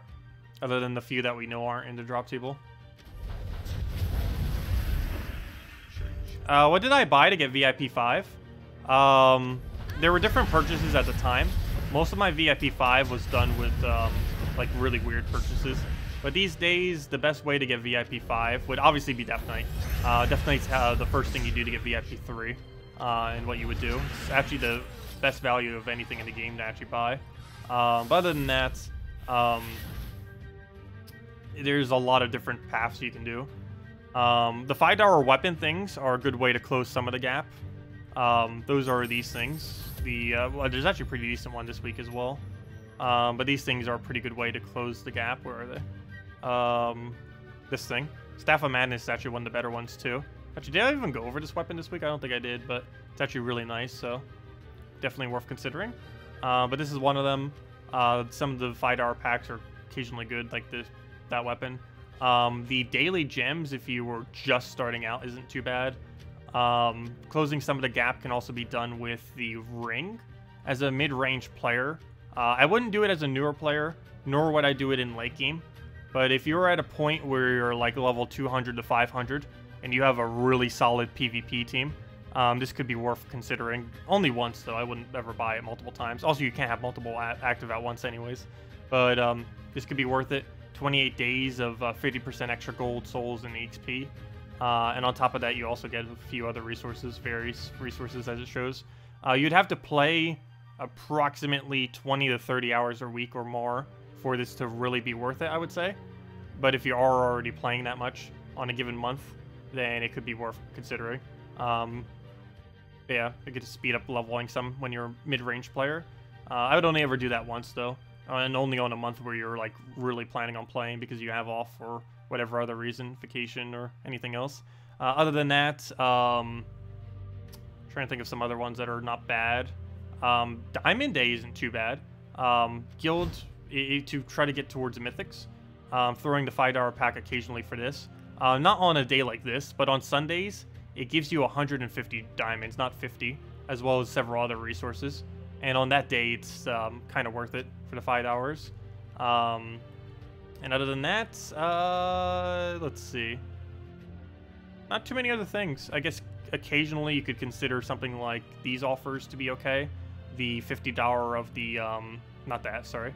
The $50 for the Growth Pack or the $50 for the Path to Glory. Path to Glory, not as much though, because it's only trait stones and you're eventually going to reach the point where you're going to have more trait stones than you ever know what to do with. But something like the Path to Glory, it's 650 gems instantly. Actually, if I'm not mistaken, isn't it 1,300? Or is it just 650? I keep forgetting. I know initially it was actually 1,300, which made it insanely overpowered. I think it's only 650 total, though. Though I'm not fully certain. It might actually be 1,300. If it actually is indeed 1,300 gems, that's actually really good. I'm not fully certain, though. I know it used to be in the past. I don't know if they changed it, though. But regardless, it's either 650 gems or 1,300. Obviously, if it's 1,300, then it's pretty worth it. But it also gives 10,000 souls, 100,000 gold, which are both pretty pointless. But it gives a random mythic, which is the main thing. And that random mythic could potentially be something really good. Though it could also be one of the worst mythics in the game, unfortunately. It's pretty inconsistent. But those are the kind of things you would do to close that gap, basically. Most other purchases aren't really too worth it. You'll buy a Ring of Wonder. Oh no, it's very situational, the Ring of Wonder. I've actually personally never gotten it. And I don't know too many people that do. But if you are planning on playing a bunch in a given month, it's really good to progress from mid-game to late game. Because of how much resources you'll end up getting. It's also great if you're planning on soul farming during it. 50% extra souls is basically going to save you several hours of having to go out of your way to soul farm.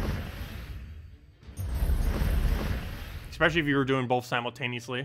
Like a PvP team that passively gains souls. Like if you were running a Ferris Raw version of a PvP team, it would actually be really great to use with Ring of Wonder.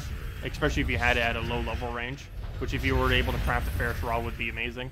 But basically that team would be along the lines of this. I don't think I have it saved at the moment. We could just do it over this, I guess. Get rid of this team. But it would be this. I don't personally use it at the moment, but if I ever needed souls, I would actually bring this back out. To my knowledge, it's the best soul farming PvP team, or at least I like dragons, so it works. It works for my taste. Mountain Crusher, Dragon Soul, Ward Breaker, and Fair Shra. And it's quite versatile what you can use with this. You don't have to use Dragon Guard. Basically, any hero class that starts with half mana would technically be what you'd want to go with. But it still works even otherwise. But yeah, this team. And basically what you do is... let me rename it. There we go. But basically what you do is you throw down Dragon Soul or Mountain Crusher immediately. If you had a half mana start, you'd go for Mountain Crusher. Throw it down immediately. And then just kind of go from there. And Dragon Soul gives you souls, Fair Shrug gives you 100% extra, and you get to defeat PvP at a pretty decently quick rate, while still gaining an excessively large amount of souls. But it's a great way to combine both soul farming and gold farming at the same time, and EXP farming, literally everything. that a Ring of Wonders gives a bonus to. The only big issue with this team is it requires 2 mythics, which is Workbreaker and Fair Shra. Fair Shra being fully traded is being required to fully utilize this team. Otherwise, it's kind of pointless otherwise. But Fair Shra is always like that. He's basically mandatory to have fully traded, just because the whole reason you'd ever use him is specifically for his final trait, and that's it. But I won't keep using this team. I would if I was using a correct hero class, but it's pretty pointless without half mana start. Or Dragon Guard, either or.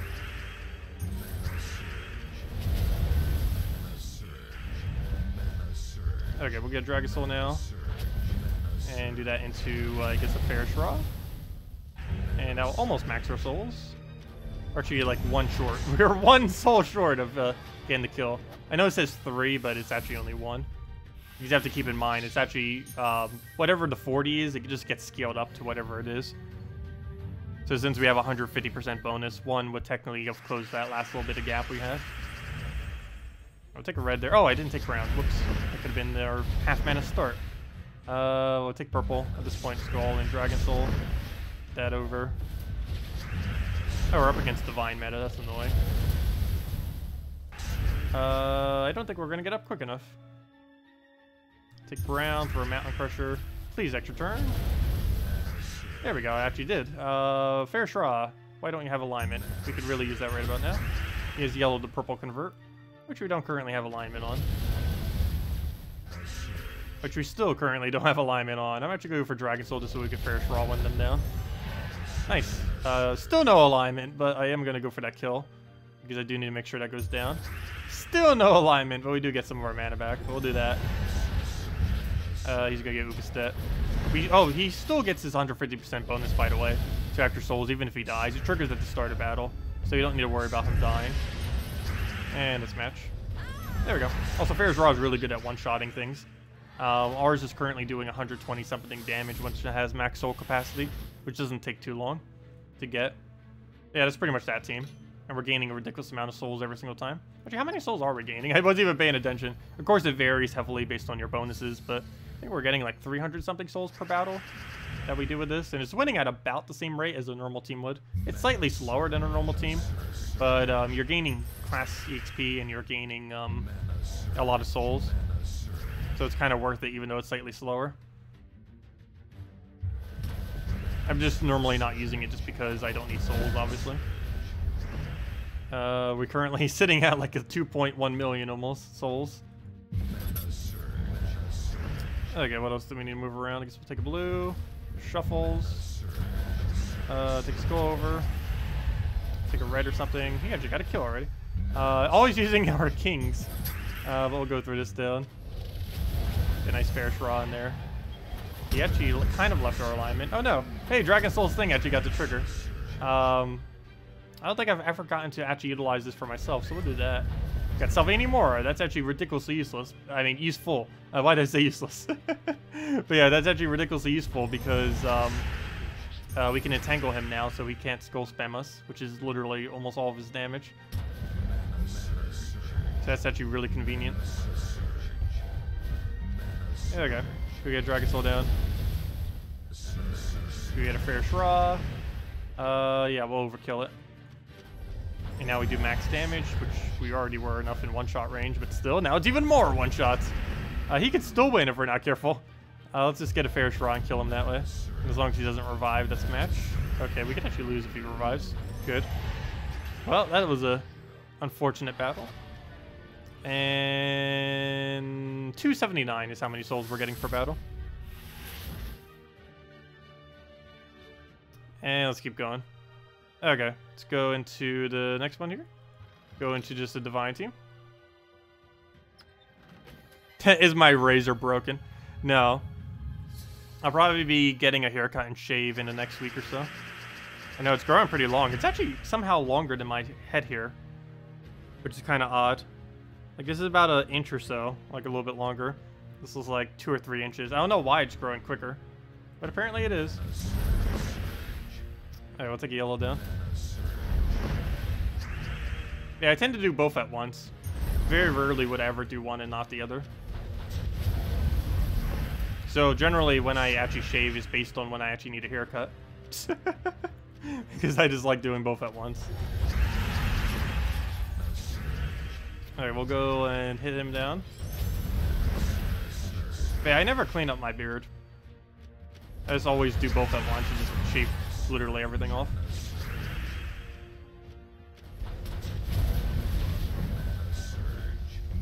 Okay, we'll go and take a purple over.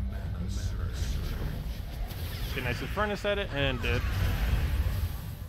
Are they ever going to make a version of armor that gives 100% of souls and gold, but no EXP? I don't think they ever would. It's been asked before, but they never implemented it.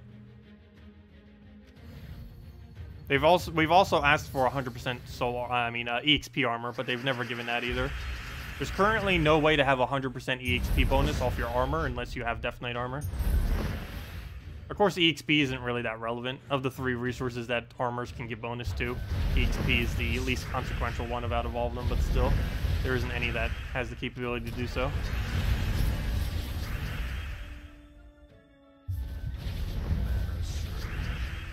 Tacet's barber died.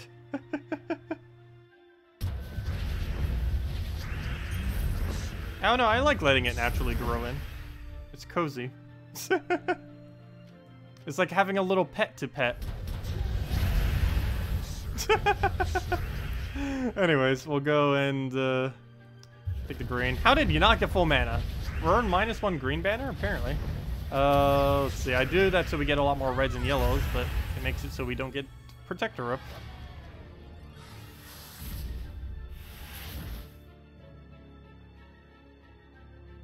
It's age-related. Well, people that have their beards growing very quick tend to get bald earlier. Because I know baldness runs in my family pretty early. So unfortunately, maybe that will happen. So far, we're doing good. Haven't had any signs of baldness yet, but you never know. But the two of them do tend to correlate. Beards growing quick to bald early.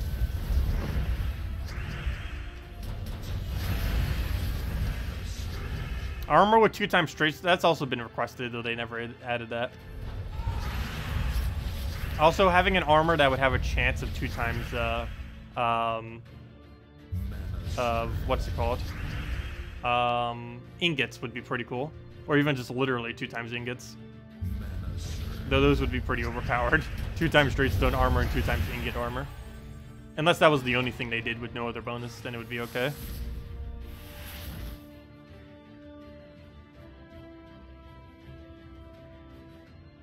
Oh no, I never get angry about anything. Oh, I like almost never. I can't even remember the last time I've been angry. Like years? Like 5 years? I don't know. It's just not really an emotion I ever feel. I always just have fun with stuff. Even if we're losing. Obviously, I'd prefer if we won. And I could be pretty competitive in that way. But I don't mind actually losing.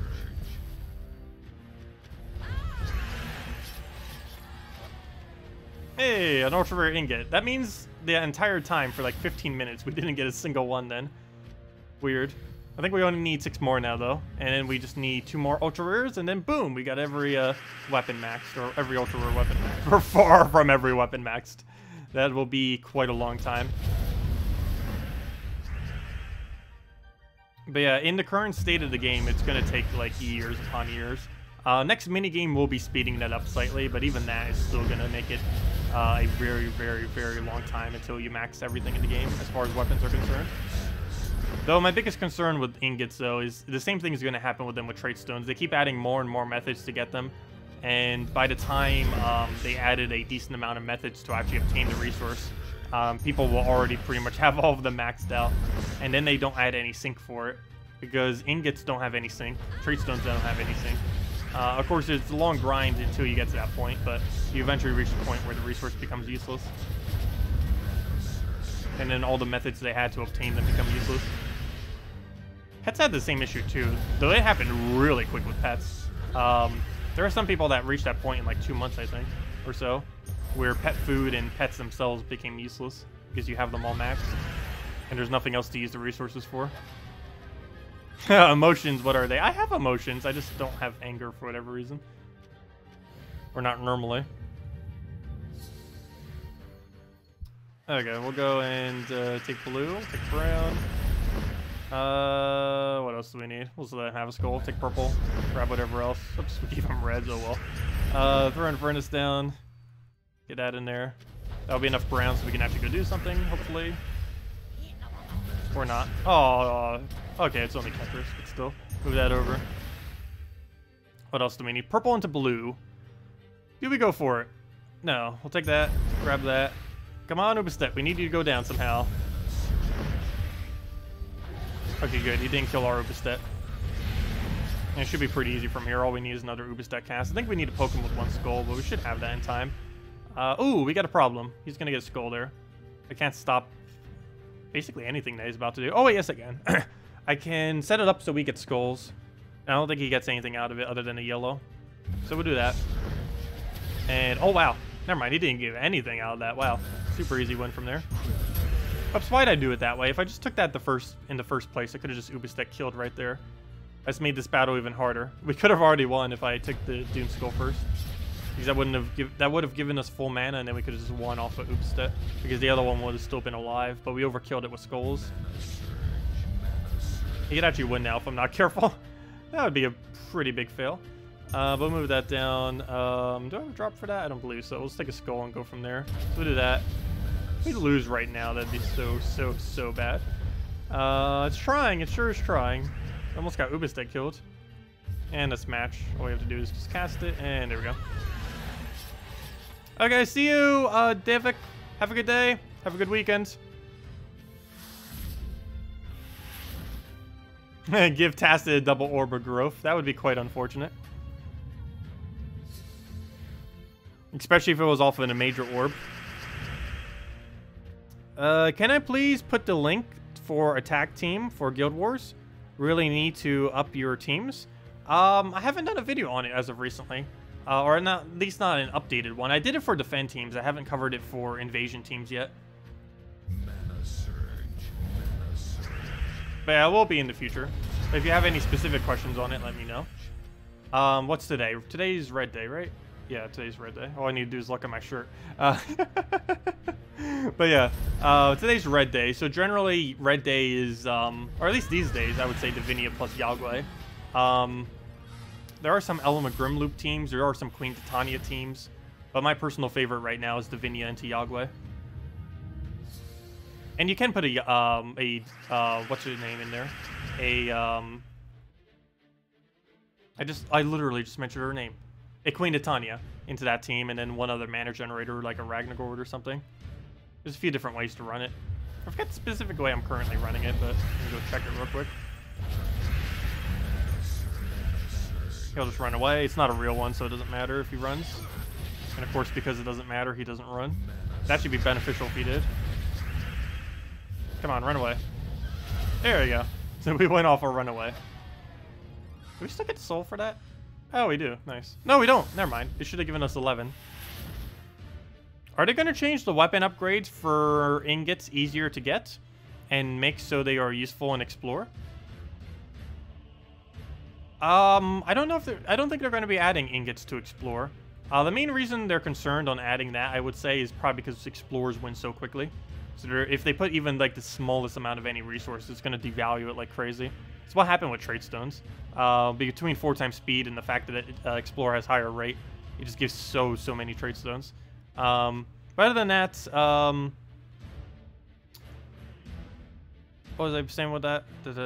Change weapon upgrades for ingots, easier to get. But yeah, they will be adding more methods overall to get ingots, but Explorer will not be one of them, unfortunately. Is there any way to obtain orbs of power other than crafting them? Yes, though it is near impossible to do so. You have to make leaderboard on any leaderboard related event. So for example, yesterday was a sorcerer class event. If you were to make first place on that leaderboard, you would have gotten it. But yeah, bounty hunters leaderboard, make first place on that, you get it. Every single like new kind of like weekly event thingy, or you know, these kind of things, when they come around, they have a leaderboard, and making first place on it gives an orb of power. Though only one person in each one of these events could ever actually even obtain it, and it's ridiculously contested to the point where you would need to throw like 3 to 8,000 gems at it. Or actually, I think it's more like 3,000 to 6,000 gems normally in order to get it. There's currently no event active that does it. Normally, the guild-related event would have it in like raids and invasions, but Guild Wars actually does not have any chance of giving you orbs. The only thing that Guild Wars really gives you is a small amount of gems. It's actually kind of dated, the rewards you kind of get from this. But the only real main one is gems and whatever the Guild War troops are. But these days, most people have them maxed, or at least people who've been doing Guild Wars for a while have them maxed. But yeah, that's about it. It's like the only reward you really get. It's basically the these days the whole purpose of Guild Wars, I would say, or even Guild Wars Week just in general, is to recuperate your gems, because there's a very, very low gem output that you really even need to put into into Guild Wars. At most, it's I think like a few hundred. Though generally, you can really easily do Guild Wars without spending a single gem if you didn't want to. I know my guild, we normally only spend about 40 gems each towards Guild Wars just to get the single upgrade into all of them. And that's it. 2,500 gold. Not really too good, but also not the worst drop it has.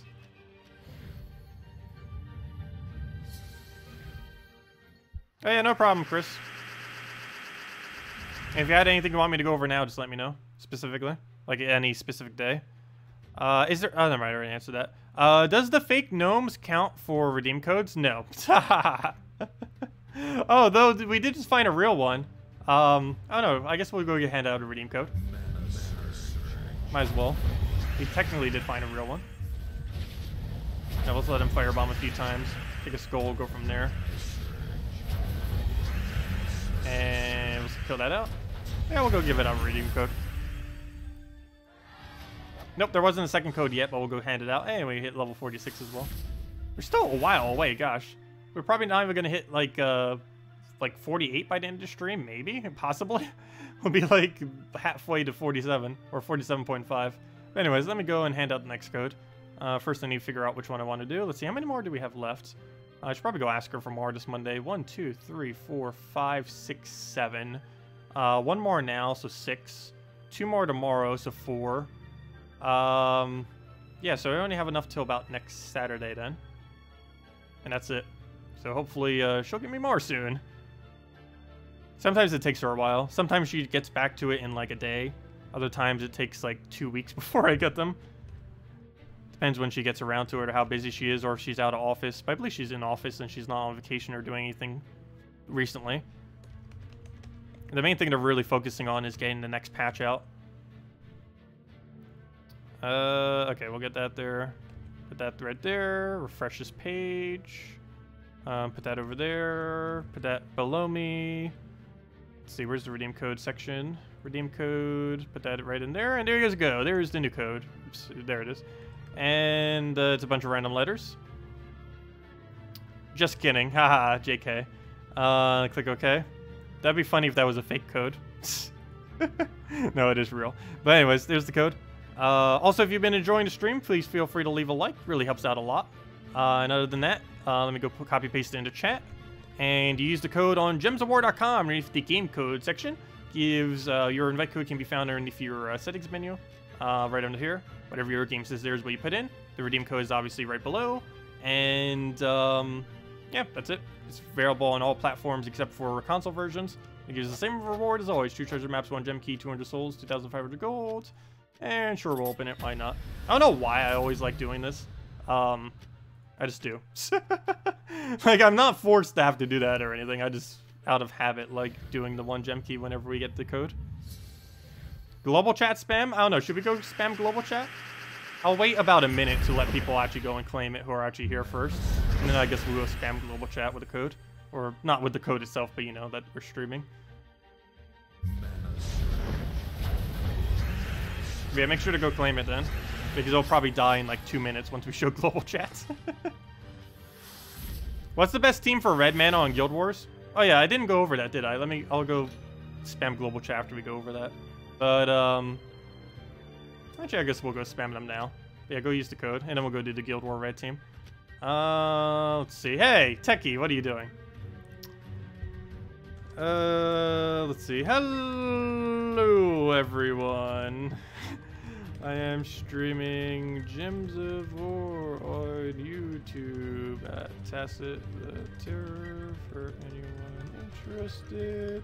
I have a redeem code that everyone... I'm not even going to bother mentioning that at this point. It's already been posted twice. There we go. Anyways. Let's see. Anyways. Oops, I accidentally clicked this team. Luckily, it's against a weak team, so it'll end in a second. Let me go show the Red Guild War after this. Move that, throw in Furnace. But yeah, Red Guild War has been insanely fun since Divinia got added to it. It was already a pretty okay color. When Guild Wars first started, Red Guild Wars was actually the hardest color to ever bother using. But over time, it has developed to be not horrible, which is nice. And these days, it's actually probably one of the easier colors, oddly enough. Hello, Rasa. Welcome. Actually, I shouldn't say easier. But, I don't know. Dwarf teams can be very annoying on red days. Oh, we got another basic no team. Once we get a real team, I'll go show the Red Guild War. We just get past this fight and go from there. Okay, we'll go take a right over. Get Infernus down. Actually, why am I even throwing Infernus? It's not going to make any point because it's not going to kill anything. And we'll stick around and go from there, and that's a match. We'll just go do whatever. Please don't skull. Yeah, there we go. He doesn't waste our time. It would only been like 5 seconds, but still.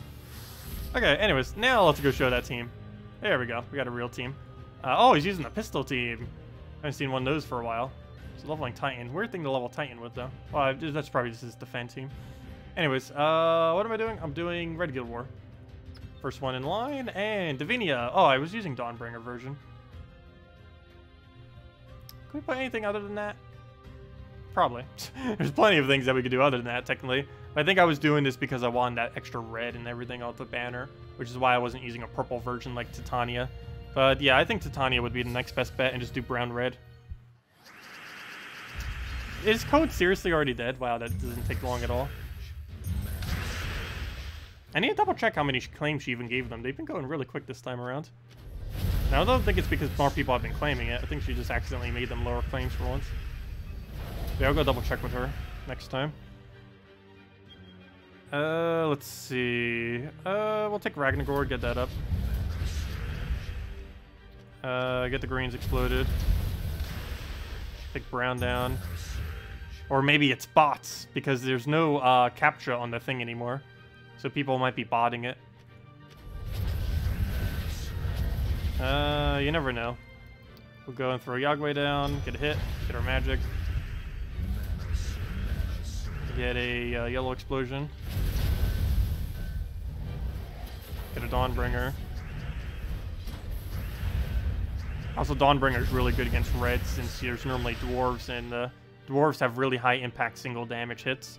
And barrier is just a ridiculously easy way to deal with them. Yay, he kept us alignment, and that's match, or pretty much match.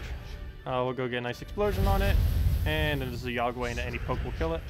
Or Yagway itself, and then it goes. Yeah, that's basically what Red Guild War looks like. And you don't need Dawnbringer, it's just helpful, but Queen Titania would be the next best bet. And of course you would need to change banner if you did to just brown-red. But yeah, that's pretty much what Red Guild War looks like, or at least what I normally use. Let's go into this one. Back to this, and let's keep getting our EXP that we need. Yeah, no problem for the codes. Claim for code 5, no, it's not that low. I think the lowest she ever gives them these days is 200. Which would make sense if they're dying that quickly then, because we have 100 here and then guilds eat them up in seconds. We'll go take that over. But she was making them as high as like 400 or 500 claims earlier. I don't know what happened to those. They're either still that many, or if they are that many, they're just going down so quick. But anyways, let's go get Ubestead down. Oh yeah, I should have done Suna. This could be annoying. Okay, I was gonna say, if we didn't hit extra turn and all that mess, there's something wrong. And this match. What troop can you use instead? Ooh, Divinia is actually pretty important to that team. Dark Maiden? You need something for mana generation. Yeah, I believe Dark Maiden would be okay. It webs the enemies, plus it heals itself, plus it can get you any mana you want. It also already has this +1 green, so you don't even need to set your banner towards it. You just set your banner to something like brown-red. You always need to make sure you +1 your Ragnagord. Also, definitely make sure Ragnagord is traded. The whole point of even using him is because he has half mana start. In the event list in Google Docs, how far out is it accurate? It's normally, like, you mean how accurate is it? It's normally almost dead on unless they have, unless their plans change. It is generally 100% accurate.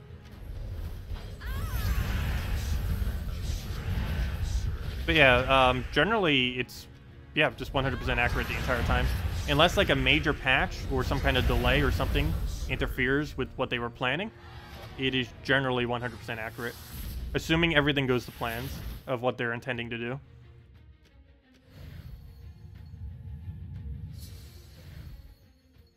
But yeah, I would say almost the entirety of what it shows would be accurate.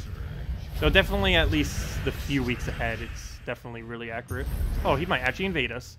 He's gonna leave with our vault key. Okay, good. He didn't leave with our vault key. Let's see, what does he actually give us? What would we have lost if he actually got away? We would have lost 2,500 gold. Okay, he could have gotten away. That's pointless. Just a little bit of gold. Not really that important.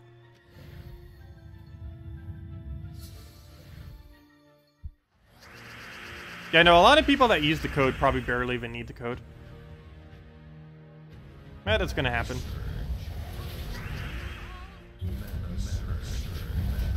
Yeah, I know some of the top guilds in the game are getting like absurd amount of resources. So my guild is pretty much along that path, though. There are guilds doing way more as well. I think my guild's at about a 50 average for guild tasks, but there are guilds that do like probably over 100. Okay. Though recently, my guild's been getting enough keys because of ingots. Actually end up increasing people's activity quite a bit. But, because a lot of people are doing PvP for them now, or arena. But, mostly PvP though. But, yeah, we have been getting enough resources to actually keep up with all new content coming into the game. The main moment of truth will be, though, if we will be able to keep up for, the next kingdom to see if we actually get lucky, because we need to get both the 2 legends within hopefully 1,000 gem keys, a little bit more than that. Actually, by the time it gets released, what, it's August 24th is the official date for it so far, so that's another 2 weeks. So we should be able to hit about 1,300 gem keys or so by then, ideally. And ideally, we'll get both the 2 legends before it expires. And who knows, maybe we'll get a nice legend or 2. I mean, a nice mythic or 2. I can't think of any I really need more copies of, other than if we were to get a second Ubistet would be kind of cool, in case Rashka teams ever became a thing. That's about the only mythic I really need more copies of, is a second Rashka, or a second Ubistet, I mean. Assuming he doesn't get nerfed. And even if he does get nerfed, I'm pretty sure his final trait will be the same. Oh, hello, Siplom! Yes, I believe you missed both codes. Double check the one below, though, it's pretty recent. But I believe it's already dead, because it did go pretty quick. People showed it in global chat, so it basically died immediately. I wonder how many people are actually in global chat. There's nowhere in the game where it actually tells you how many people are in each chat channel, which would be kind of cool. I know global chat 1 is normally so full that it's almost its max capacity, normally. And then it starts kicking you to other channels, like channel 2 or whatever it normally kicks you to. I want to say it's several hundred limit, though I don't know for sure. Might be way higher than that. Okay, we'll go take, I'll take a purple.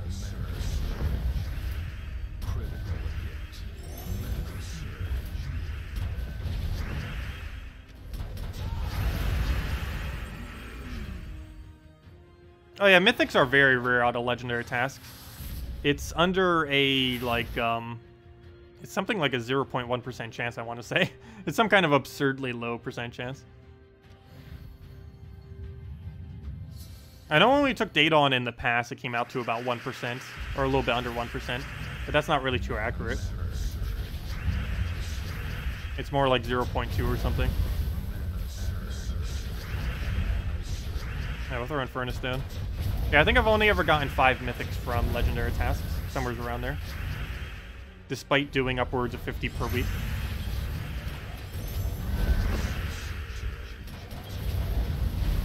Okay, we'll go and throw Uberstep down. Go get reds, grab all that mess, run furnace. And no, stick a red over. Run another furnace at it, then hopefully find a skull or anything to kill it out with. Or Uberstep, that works too. And dead. What is the code for? These codes just give a small amount of resources. It's not really too much if you're missing them.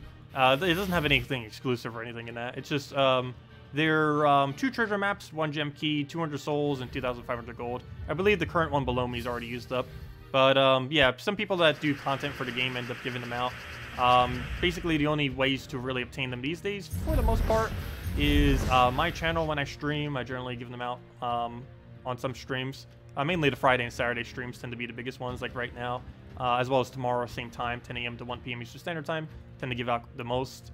Other than that, the devs themselves sometimes give them out in Global Chat 1. And other than that, they occasionally give it out on the official Discord. I don't know how recently they've been doing it on that, though. I personally don't really use Discord too much. And other than that, they also do it on their own stream, which they currently do every single Monday. They normally give out a few codes when they do that, though they're going to be streaming more often in the near future. But currently, it's only Monday night. Is it possible to get a mythic from gold chests? No. Gold chests only have commons and rares, though every other chest can drop a mythic. Do keep in mind, event keys do not have mythics in them unless the kingdom specifically has a mythic, though. But glory keys always has a chance for mythic. Glory keys always have a chance for mythic. Gem keys and VIP chests. Also, guild chests do too, as long as you have your guild thing upgraded enough. The amount of seals your guild has. But yeah, gold key is the only key that is pretty limited in what it actually gives. The only thing you really use them for is when new kingdoms come out to try to get the new common. That's about it. Other than that, they just give a small amount of resources. They're okay to newer players because you get a lot of core troops that way, and also gives you a lot of variety. There's plenty of stuff that's under common and rare that's not bad. Also, it gives gold, gems, souls, and glory, which isn't too bad. You can get as 1 or 2 gems from a gold key. More gold than what you even put in, like 600, 700 or something. I believe it's 20 glory, and souls tends to range from about like 20 to I think like 60 or something.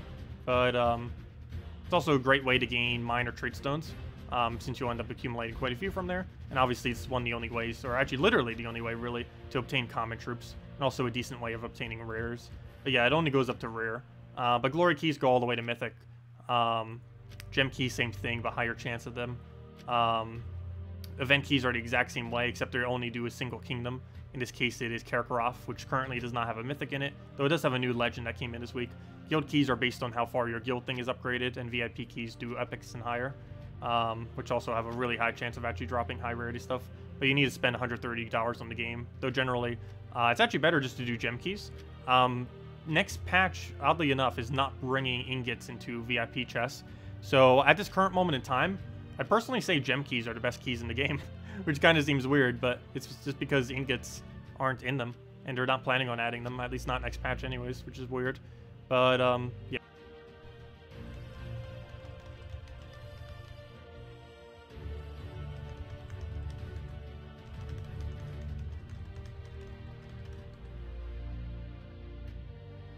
Okay, we're back. Sorry about that, that was weird. We went down for like 20 seconds. Anyways, but yeah, this is what your drop table's based on. And at 10,000 or higher, you have a chance for mythic. At 20,000, it's basically like a glory key, and at 40,000, it's basically like a gem key. But anyways, yeah, I think some of my reply got cut off, but most of it got in there. If you still have any other questions, let me know. But yeah, if anyone has any questions, let me know as well. Related to anything. You can never catch Salty streams because it's at 4 a.m. for you. Oh yeah, she streams at a really weird time for some time zones. For her, it's actually like noon because she's in Australia. Have they put ingots in the VIP chest yet? No, they have not. Nor does next patch do it, unfortunately. It's basically pointless to ever open VIP keys at the moment. Well, maybe not pointless, but the only purpose they really have is if you really wanted to try to get a mythic. That's about it. Like if a new mythic comes out and you just really want to try getting it. But they're pretty expensive. They're 50 gems each. Even when you buy them in bulks of 50, I think they're like 40 gems each or something. Some kind of a really absurd amount per each. Yeah, we'll take the right over. And throw Furnace down.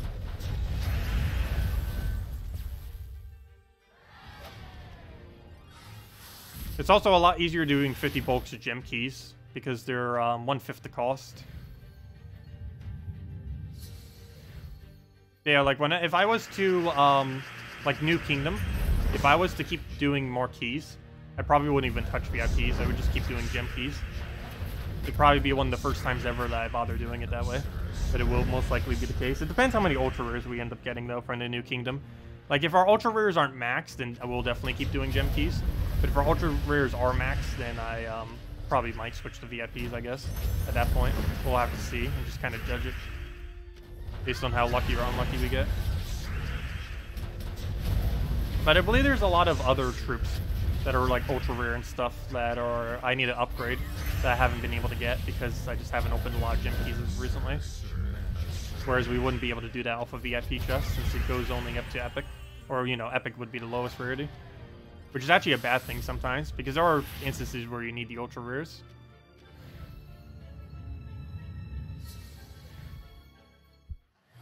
Sloth? I don't think Sloth will get nerfed. Isn't that the one that mana drains everything? I believe. It's something like mana drain everything in the entire battle. Though that does have some interesting synergy, because you can use that by setting your team to a full immune to mana drain team instead of except for yourself, and basically use it like a early game version of Famine, which would be kind of cool. Yeah, I don't think that's going to be overpowered. Famine's already better than it, so in most situations. So that's kind of odd that there are situations where that common is going to be better than Famine. But I don't think they're going to nerf it. It's basically like the mana drain mechanic of Puzzle Quest. Like when there was nothing left on the board or something like that, it would mana drain both all mana pools in battle. So that's basically what he does, just as an ability. It was a really annoying ability from Puzzle Quest, though. But you would have the option of never using it. And if you see it on the enemy team, you can just counter it with immune. Whereas there was no immune to it in Puzzle Quest. It just happened, and you had nothing you could do about it. You're level 1050, and only 2 base level mythics. You're unlucky or doing something wrong. It could be that you're not in a high enough requirement guild, possibly. Your guild, at that high of a level, ideally would be completing out every normal task at minimum. Ideally at least 20,000 seals per week, but of course 40,000 being better. And other than that, yeah, that's mainly it.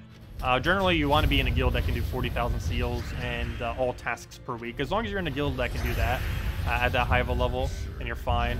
But if your guild is doing a little bit less than that, that could be one of your problems if you're not getting a lot of mythics or legends at a higher level. Because level isn't always representative of progress.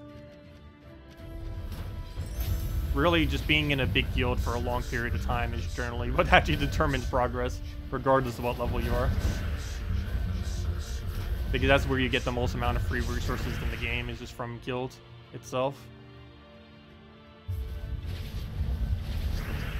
Yeah, if you're not committed to your current guild, you know, this might be the guild that's the problem. Ideally, at that high of a level, definitely how much gold you're doing per week. Like, let's say you get 300,000 gold per week, or 500,000, or 1,000,000. Whatever that amount is, you want to find a guild that has that as the requirement, assuming you can keep that every single week. Or if you can maintain that every single week. So if you're getting like 500,000 gold per week, which is basically the minimum to do all tasks, you'd want to go and find a guild that does that, just so you end up getting the benefits for doing so. Okay, he just throws a bunch of fire bombs, get Oobstead on it, dead.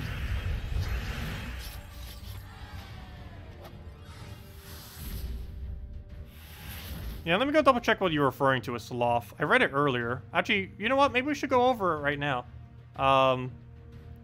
Have I bothered going over them yet? I don't think I have on stream. I kind of like briefly mentioned them, but I don't think I've gone through and just like showed literally all 7 of them or 8 of them, whatever it is. Yeah, it's all 8 of them. But let's see, which one was Sloth real quick? Sloth. Where'd it go? Don't even see it. It disappeared. Where's Sloth? There it is. Drains all mana from all enemies and allies for 10 mana costs. Gain life equal to their mana drained. Oh yeah, that could have a lot of potential. Anyways, let me go and bring this up real quick. Let me go bring a little thingy. And yeah, let's go over all of the new stuff that's coming in next kingdom. Current official date is August 24th. Possibly. There's no, it's actually not official, but that's currently what spoilers say, is that date. Oh yeah, let's go check it out and go over them real quick. Probably do the same thing tomorrow, might as well. Let me go find the window capture. And there it is. I should bring it up as soon as we click that. And boom. Okay. So let's go over the everything. So we have several of them here. So let's start getting into that. Also, I can't read chat while I'm doing this, unfortunately, because of how the screen's set up. Anyways, while we're here, might as well go over next week's stuff too. So I actually didn't even bother reading any of them that are specifically coming next week. I read the next kingdom, but not the ones coming next week. But anyways, create 9 purple gems, summon a sand cobra. So he's pretty useless, though 9 purples, not too bad. But for 11 mana cost, not the greatest. He does have magic link though, which is nice. But other than that, not really too good, though he is an ultra rare, so not really much to expect from a low rarity for the most part. This epic is just a standard one for raids. I don't think there's anything too special about him. He does a little bit of extra damage boosted by gold at a 3-to-1 boost ratio. That's not really too relevant, but that's a little bit more damage. Actually, you know what? That is slightly relevant. If we were to use a hero class that gains gold per turn, we could synergize him with that, like with Assassin, or maybe not Assassin, because it wouldn't really work well against the boss. But yeah, if we had a way of gaining gold on our team, that could give him a decent amount of damage combined with his boost ratio. Because if we have, let's say, 100 gold capacity, which is default, without even having a single merchant or anything, we'd be able to go and get 100. So that'd be 33 additional damage. On top of his base damage, that would easily hit over 50 something. So even only at a 4 times boost ratio, that would hit like 200, which is not too bad. That's actually really cool, and definitely pretty potential. Other than that, we have a bounty hunter troop that's going to be coming next Friday. He will deal magic +1 damage, true damage to an enemy, boosted by their armor. So that's actually pretty decent because boosted by their armor, obviously, since they're going to have higher stats, that's going to hit pretty high then. So yeah, that actually has some decent potential. Other than that, he has Undead Slayer, which I don't think will come into play much, Armored, which could, and of course the standard bounty bonus. Next after that, we'd have Blighted Lands, which will be invasions for daemons, most likely. It creates 5 red, boosted by burning enemies, which isn't really going to do too much. Oh wait, you know what? Actually, yes, that would. I didn't realize that. Okay, that actually has a lot of potential. So that's a potential of, what is that then? That is a total of 8 plus 5, 13 red spam for only 10 mana cost. That's not too bad for a common. I don't know if there would really be any team that would use it, because most of the troops that are really good at burning already use yellow. I think Jarl Firemantle doesn't, but that's be about the only one you'd really bother going into with it. And at that point, you probably wouldn't use this with it. You'd use something else like the Fire Giant guy that does triple damage and then creates red. So I don't think this is really going to be used at all. I don't know, maybe in early game. Doesn't seem like it has too much of a purpose. And then we're also just getting a standard invasion troop, which steals 6 mana, which I don't think is too relevant, because don't they have immune to mana drain? Wait, did they seriously just give something? Hold up. Did they really just make that weird of a decision? I think they just gave mana drain to a game mode where all 4 of your enemies have immune to mana drain. I'm pretty sure towers have immune to mana drain. I am almost 100% certain of that. So why on earth would you give that thing a ability to steal 6 mana? That doesn't make any sense whatsoever. Anyways, let's go over stuff from the new kingdom. One thing to note about all of these is they have omens. Omens destroy or explode a gem at the start of battle.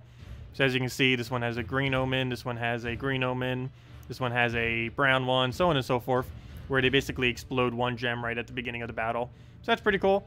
Other than that, the kingdoms call it Sin of Margir. So they're all based on the 7 sin things.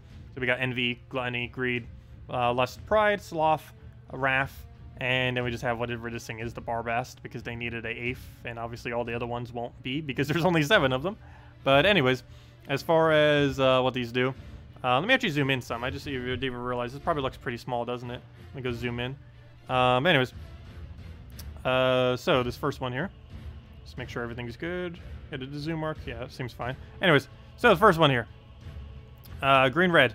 Deals, what rarity? Rare. Deal magic plus 2 damage to the 2 strongest enemies, boosted by enemies at full life and full mana. That's not really going to help much. So he doesn't really seem like he's going to be too good. Gluttony is going to be the next best Devourer in the game, or at least for early game. It is an ultra rare, so really easily accessible. It explodes 4 gems of an enemy's mana color, and then 20% chance to devour them. So basically, you target one of them, it'll explode 4 of one of their random colors. So let's just say it's a brown-red. It could choose either brown or it would choose red, and then it would explode either 4 browns or 4 red, and then a 20% chance to devour them. That's actually going to be really, really decent. Other than that, it also gets a green explode at the start of battle, and it's definitely better than Envy, so you'd probably be using this instead if you needed a green explode at the beginning of battle. For the most part, all these are going to do about the same, though. Doesn't really matter which color it says. It's actually kind of weird that they did multiple different ones, because the board's going to start with a little bit of everything, so it's almost irrelevant which one actually explodes, other than the fact that you're guaranteed hitting at least one of that color, I guess. So that's about the only real difference with that. Anyways, Greed. This one is... where does the color go? Just purple, so it must be a common then. Wait, where's this rarity? Wait, why is it rare? Wait, oh, I didn't see that because it's highlighted. Wait, why is it highlighted like that then? Anyways, it's a green-purple, and the other one was a blue-green. This one's green-purple. Gain gold equal to your life, and then gain magic plus 1 life, and then gain an extra turn. That doesn't seem too useful unless you really need a gold. It does have empowered, but there's already another one that does the gold. That one rogue that came in, that one sky, what's this thing? The thing from Black Hawk, I forget what it's called. That red-yellow that converts something to blue. That guy ends up giving you gold immediately. So I don't know why you would really need this guy. Kind of seems weird. I don't know if you'd really ever bother using him. But he does explode a brown at the beginning of battle, so he has that going for him. Other than that, this is one of the legends from the kingdom. Blue-purple. It ends up charming an enemy, 40% chance to transform them into a succubus or incubus. This could have a decent amount of potential since you can... there's currently no troop in the entire game immune to transform. At least player-owned troop. Things like towers, of course, and raid boss is immune to transform. But currently nothing player-owned is immune to transform. So, yeah, you can just keep getting away with it constantly. Succubus and Incubus, both of those aren't really too bad, though, for the most part. They're definitely not the best of troops out there, but they're not, like, absurdly weak. So, a little bit weird that you kind of do it like that, but still you could do something like on an Infernus or something like that and really disable a really important troop onto the opposing team. Also has Mana Shield, which is nice. Still has the Omen, like all these things do. And it charms a random enemy when an ally dies, which you could actually do with Sunbird. One synergy I was thinking of doing with this, which is really funny, but I seriously want to do it, is get like 2 copies of her and throw Sunbird constantly and do like some kind of Sunbird loop team or something, I don't know. But every single time a Sunbird dies, it would charm a random enemy. So you're basically just adding charm onto your Sunbird ability by doing that, which is kind of interesting how that would pan out. But I feel like she would have potential with that. Charm can potentially hit some ridiculously high amount of damages as well when you're fighting things with higher stats than you. Like if they had like 100 attack, boom, you just hit 200 damage with a single charm, assuming there's one above and below. So there's a lot of potential with her, actually. It's going to make Charm great again, because there's not really much instances where you would ever bother with Charm, but she is definitely a Charmer that would be worth it. It's also a Transformer that'd be worth it. There's also basically no instances you use Transform, so both of those 2 mechanics are going to be, even though they already exist, they're going to be kind of made viable again, at least on something. Anyways, as far as Hubris, this guy ends up doing magic plus 3 damage to an enemy, and for each of your skills that are greater than theirs, it steals additional 3 magic. This is also the Kingdom Epic, if I'm not mistaken, which you'd get for free automatically from completing out the Kingdom. Very rarely would you bother using this, and obviously you'd only really use it if you're in late game because your stats would be higher than everyone else. But even at that point, you would have way better options to use. There's so many good purple reds, and the fact he's a purple red is pretty bad because there's just so many better options than him. Even if he was decent, there's just so many more things that are better. So he's basically never going to be used. He also has Impervious, which, if I'm not mistaken, makes him the first Kingdom Epic to have Impervious. He also has Death Touch, which isn't too bad either. but for the most part, you would never really bother touching him at all. You just get him and then level him and then never care about him again. Anyway, Sloth has a lot of potential. It drains all mana from all enemies and allies, and then gains life equal to the mana drained. The life part isn't really too relevant, though what is relevant is the fact that it can mana drain all enemies. And basically what you can do is run 3 troops on your team that all have immune to mana drain, and then just fight people. And yeah, with only 10 mana costs, you just keep spamming, throw an explosion down, maybe use like a Mountain Crusher or something. He uses purple, so you could easily just go use Mountain Crusher with like Orb Weaver class set, and then use something like Divinia Yagway, and then just keep exploding. But then again, Yagway just convert the purples to reds, but still, you can do some kind of premise of a full immune to mana drain team. Just have him cast his ability. It doesn't matter that he's not immune because he's losing all his mana anyways to cast his ability. But yeah, it has a lot of potential. Could be very annoying. Could be more annoying than Famine in some instances. Will be interesting how it pans out. But yeah, it's going to be very annoying troop for sure. Something you'd really want to disable on the opposing team. It's only common too. It's actually insanely good for a common. I wouldn't be surprised if they raise the mana cost to like 12 or something. Even then, it's still going to be pretty good. Well, we'll see how it goes down. Also, it has Omen of Ice, so it even gets mana at the start of battle. If it wasn't already bad enough, it gains even more mana. Anyways, we got another legend here of Wrath. It transforms blue to brown and yellow to skulls, and then enrages all allies and burn all enemies. Seems okay. I can't think of any synergy where it's going to be insanely over the top, but it also explodes 3 random gems when it deals skull damage. So it could be used in first slot and kind of just spam like crazy. So we'll see exactly how that pans out. But yeah, it has a decent amount of potential. It's weird that it's the first one of these double converts where you would really use it in first slot. Most of the other double converts you tend to use in second, third, or fourth. But this would be one that you would actually specifically use in first slot. And other than that, we have this one, which actually isn't a sin because there's only 7 of them. So it deals magic plus 3 damage to an enemy, and then the enemy below, wait, what? Oh, I read that so wrong. Deal magic plus 3 damage to an enemy and the enemy below. So it's one of those kind of like the Undying mythic. And then it burns and fairy fires them both, which actually for, that isn't too bad. Whoa, whoa, whoa, spider! Up! Ah! I hate spiders so much. I'm sorry. I gotta kill it. It's on my connection right now. Sorry, 1 second. Hunting a giant spider. It's actually not that large. Wait, I got this. It's going underneath my computer. That's not good. Where'd it go? Oh no. I hate spiders so much. I hate spiders with a passion. Oh no. Oh, whoa, whoa, it's one of those really quick moving ones. Okay, let's see if I can get this. I got this. Got it, got it, got it, got it, got it, got it, got it. Sorry, spider. Stop being so annoying. Okay. Threat neutralized. Anyways, that's all that. Anyways, there we go. Okay. Yeah, I do have an irrational fear of spiders. I just hate them so much. Anyways, where were we? Let's go do PvP.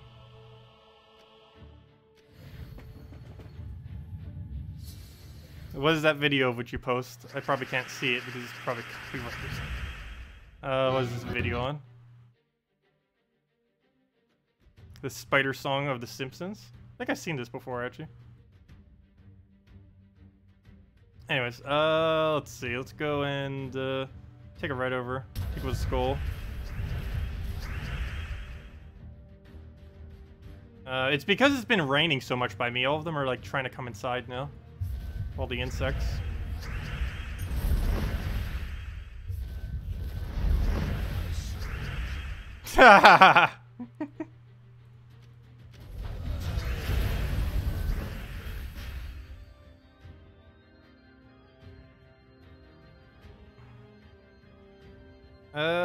Let's see. We'll go and get a hit down.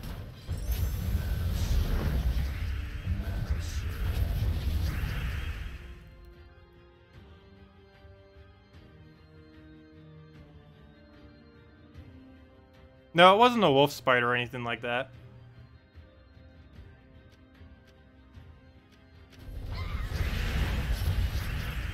Let's see, did I get it all cleaned up? Yeah, it seems fine. Anyways. Let's go and throw in a furnace down. Get a hit.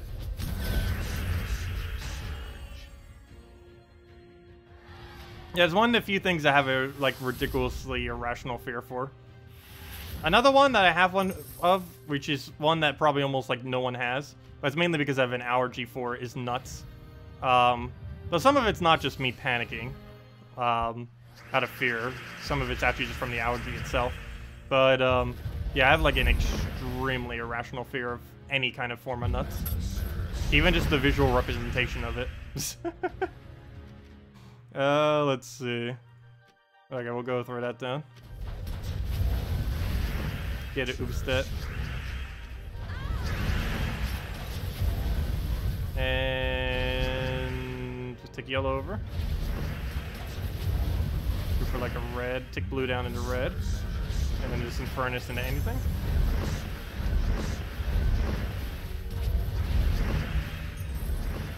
And it's pretty much matched. Let's get an Oopstet down and be good to go.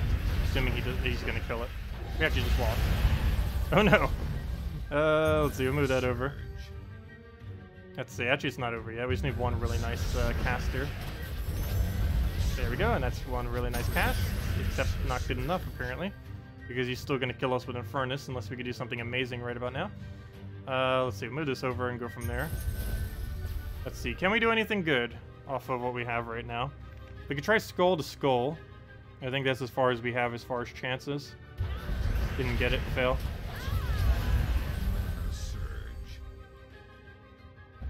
I'm not going to click on that link. I know what it is. Wait, I don't like dogs? No, I like dogs. I'm allergic to dogs, but I do like dogs. Dogs don't like me, though, for whatever reason. Let's see. But I think it was mainly because I always used to be by, like, so many cats. So they were, like, always bark at me and such.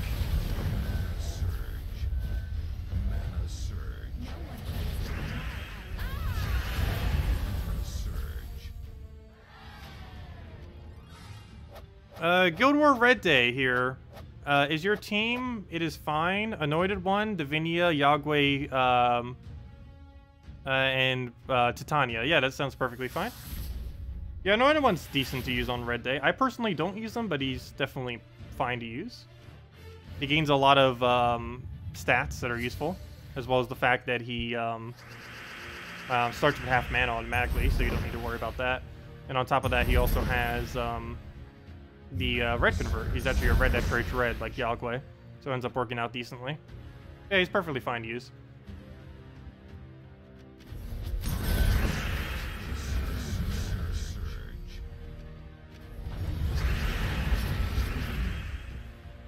Let's see.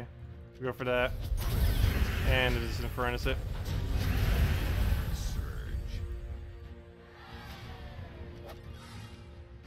If anyone still has any other questions, let me know. We'll make sure to go over it.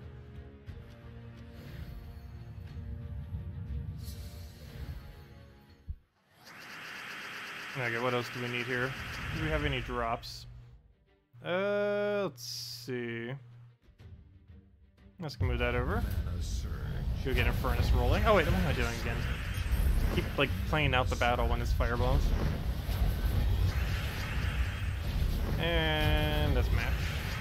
One more, and he'll kill itself out. There we go.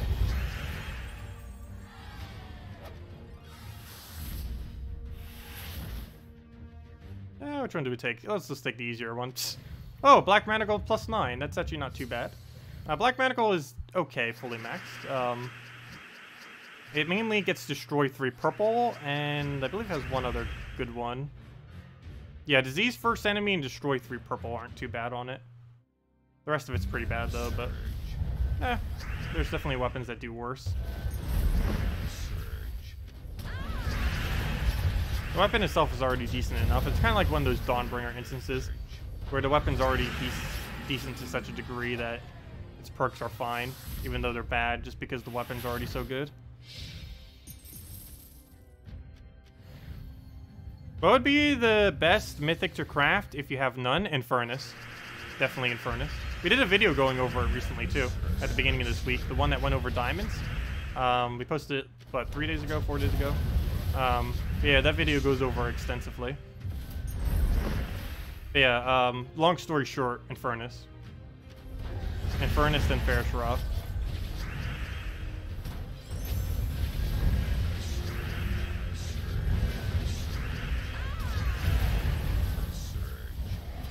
Okay, we'll take blue over. Hopefully he gets hit by something. Takes skull, dead. Then we kill it out with that.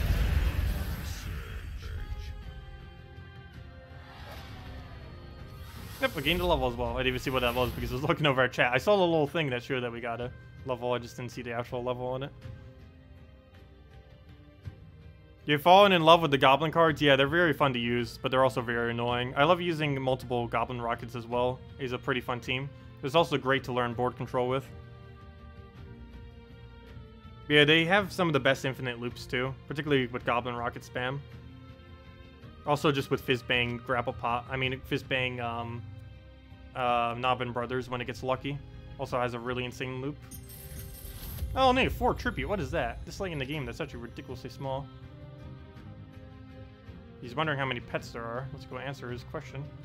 All we have to do is click on this, right? Oh, come on, troop menu. Why? I hate that this lags every single time you click on it. I don't know why I even bother clicking on it. Well, I went to go check the pet, but still. Okay, well, now I'm not going to bother because someone would have already answered by him by then. Seriously. I hope they fix this next patch. I didn't actually double check to see if it was fixed. It better be. I think it might be more so a server thing, but we'll see. I know they were collecting data on it earlier to try to fix it, but yeah, hopefully it's fixed. Because this is like a half-a-minute wait just to go see our troops. It's not in the beta? Well, that's good. Well, how extensively did you... Oh, it's not fixed. Okay, never mind. I was gonna say, because if you thought it was fixed, like how long did you test it for? Because it normally happens after you do a lot of PvP or a lot of battles in general. Like we're almost up to a minute now. There was a thread on the forum recently too on what makes you like ridiculously happy in Gems of War, and I end up saying on it when the troop menu opens without lagging.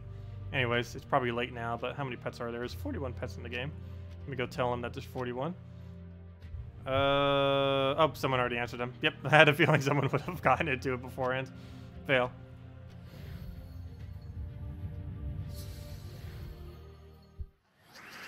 Which goes better with Goblin Team, Siren, or Goblin Rocket? It depends heavily on what your team actually is. Generally, it's actually a second Fizzbang. The reason why you normally don't use second Fizzbang, though, is Guild Wars.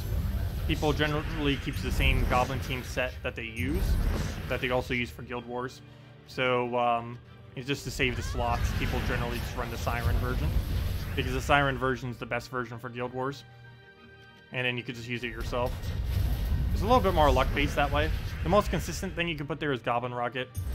Best thing you can put there is Siren. And technically, you can also go with Fizzbang. Biggest issue with Fizzbang is it's insanely luck-based.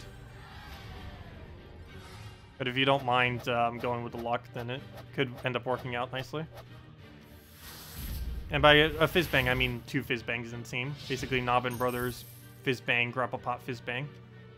Yeah, generally this is what is used because people will just set it, and now they can use it for their invasion team, they can use it for defense, they can use it for Guild Wars, they can use it for whatever they want by just having this one team set. But there are other variants of it. I personally wouldn't really go with the Goblin Rocket variant, though. If you're going to use Goblin Rockets, you might as well go all in with Goblin Rockets. Just build an entire team around them instead of just putting them into Goblins. Siren would give you a much better, quicker start than a Goblin Rocket would. Of course, you're only getting like +1 red to really help you out with the Goblin Rocket, mainly. Yeah, let's move that over. What else do we need here? Let's go grab, I'll take yellow, why not? We're in Furnace, go from there.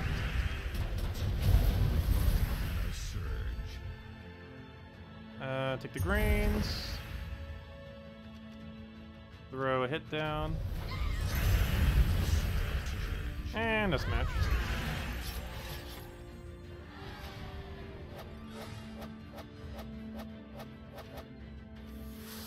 The only problem with Siren is it can sometimes miss, but more often than not, it's going to be a very big benefit. Hey, Zugoff. Hey, Hillary. Yeah, this is the only Zugoff I've seen so far. I don't think I've actually ever shown one in stream. But yeah, Hillary's been running around with Zugoff. She's like level, absurd level. Actually, she might be the highest, second highest level in the game. Definitely not highest. But also, I like how the ears just extend past the frame. But yeah, it's the only Zugoff I've actually ever seen on an actual person. But there have been reports of even more than her owning it, but yeah, very few people have it. Now let's go get Ubestead down. Kill the Ubestead. Throw in Furnace. But yeah, he's pretty non-threatening. They say that and he's about to do his ability, but at least we get to see his ability. I'm actually deliberately not kill him just so we can see his ability. We kill the other one. Okay, and that's what his ability does. And it does hit through barrier, by the way. Just like a real Zugoff does.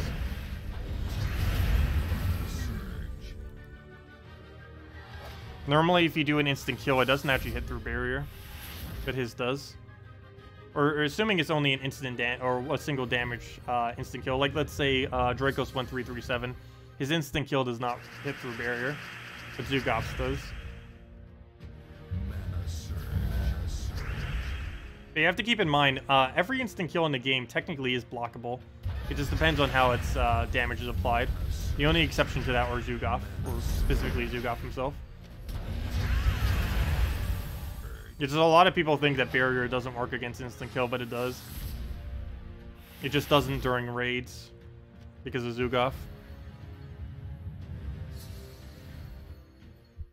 But things like Dracos 1337, things like Skyla, and stuff like that, it does protect having a barrier.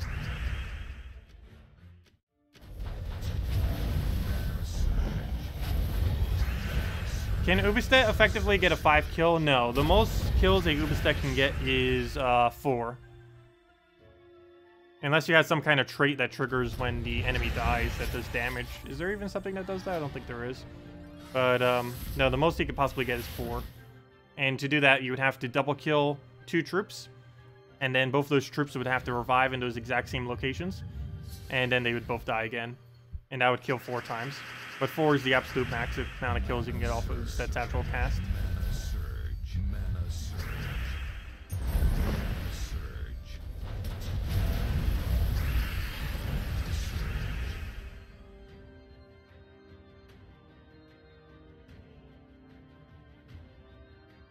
No, it doesn't keep summoning if more cast. It will, at maximum, can only ever kill 4. There's no situation where it can ever kill more than 4. Because the instant kill doesn't keep triggering on the location. It only triggers a maximum of 1 time.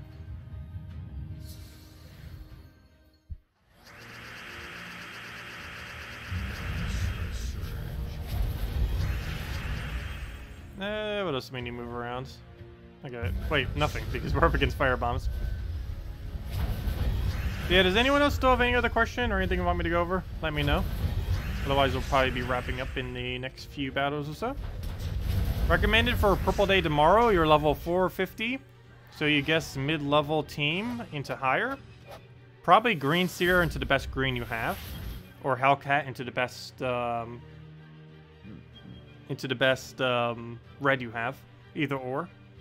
Probably, actually now that I think about it, probably Hellcat into the best purple you have. Personally, I run Hellcat into Elamagrim loop. But Hellcat into, let's say, Queen Titania wouldn't be too bad. Hellcat into Dragon Soul.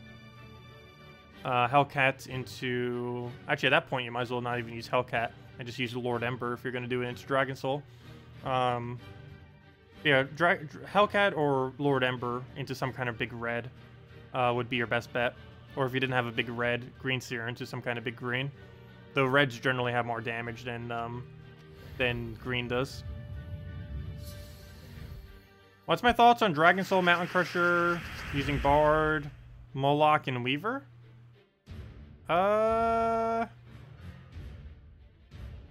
I guess that's okay. A little bit weird having Dragon Soul there, but I assume you're doing it just for the soul farming.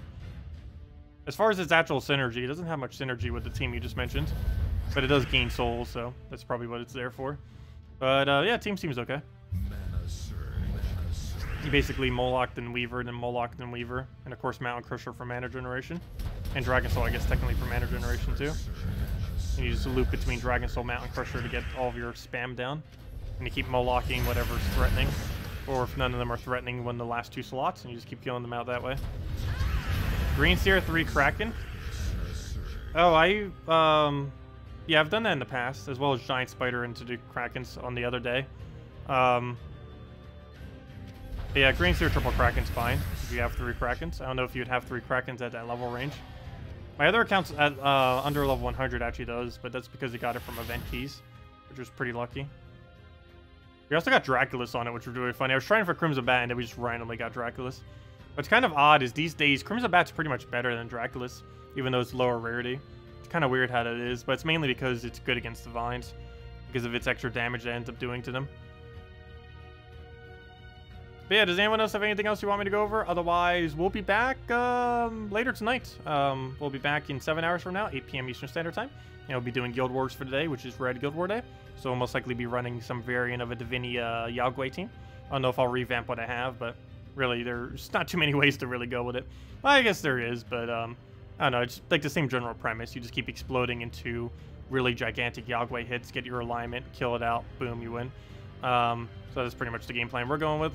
Other than that, we'll be back tomorrow, same time, 3 hours prior to now, 10 a.m. Eastern Standard Time, from 1 p.m.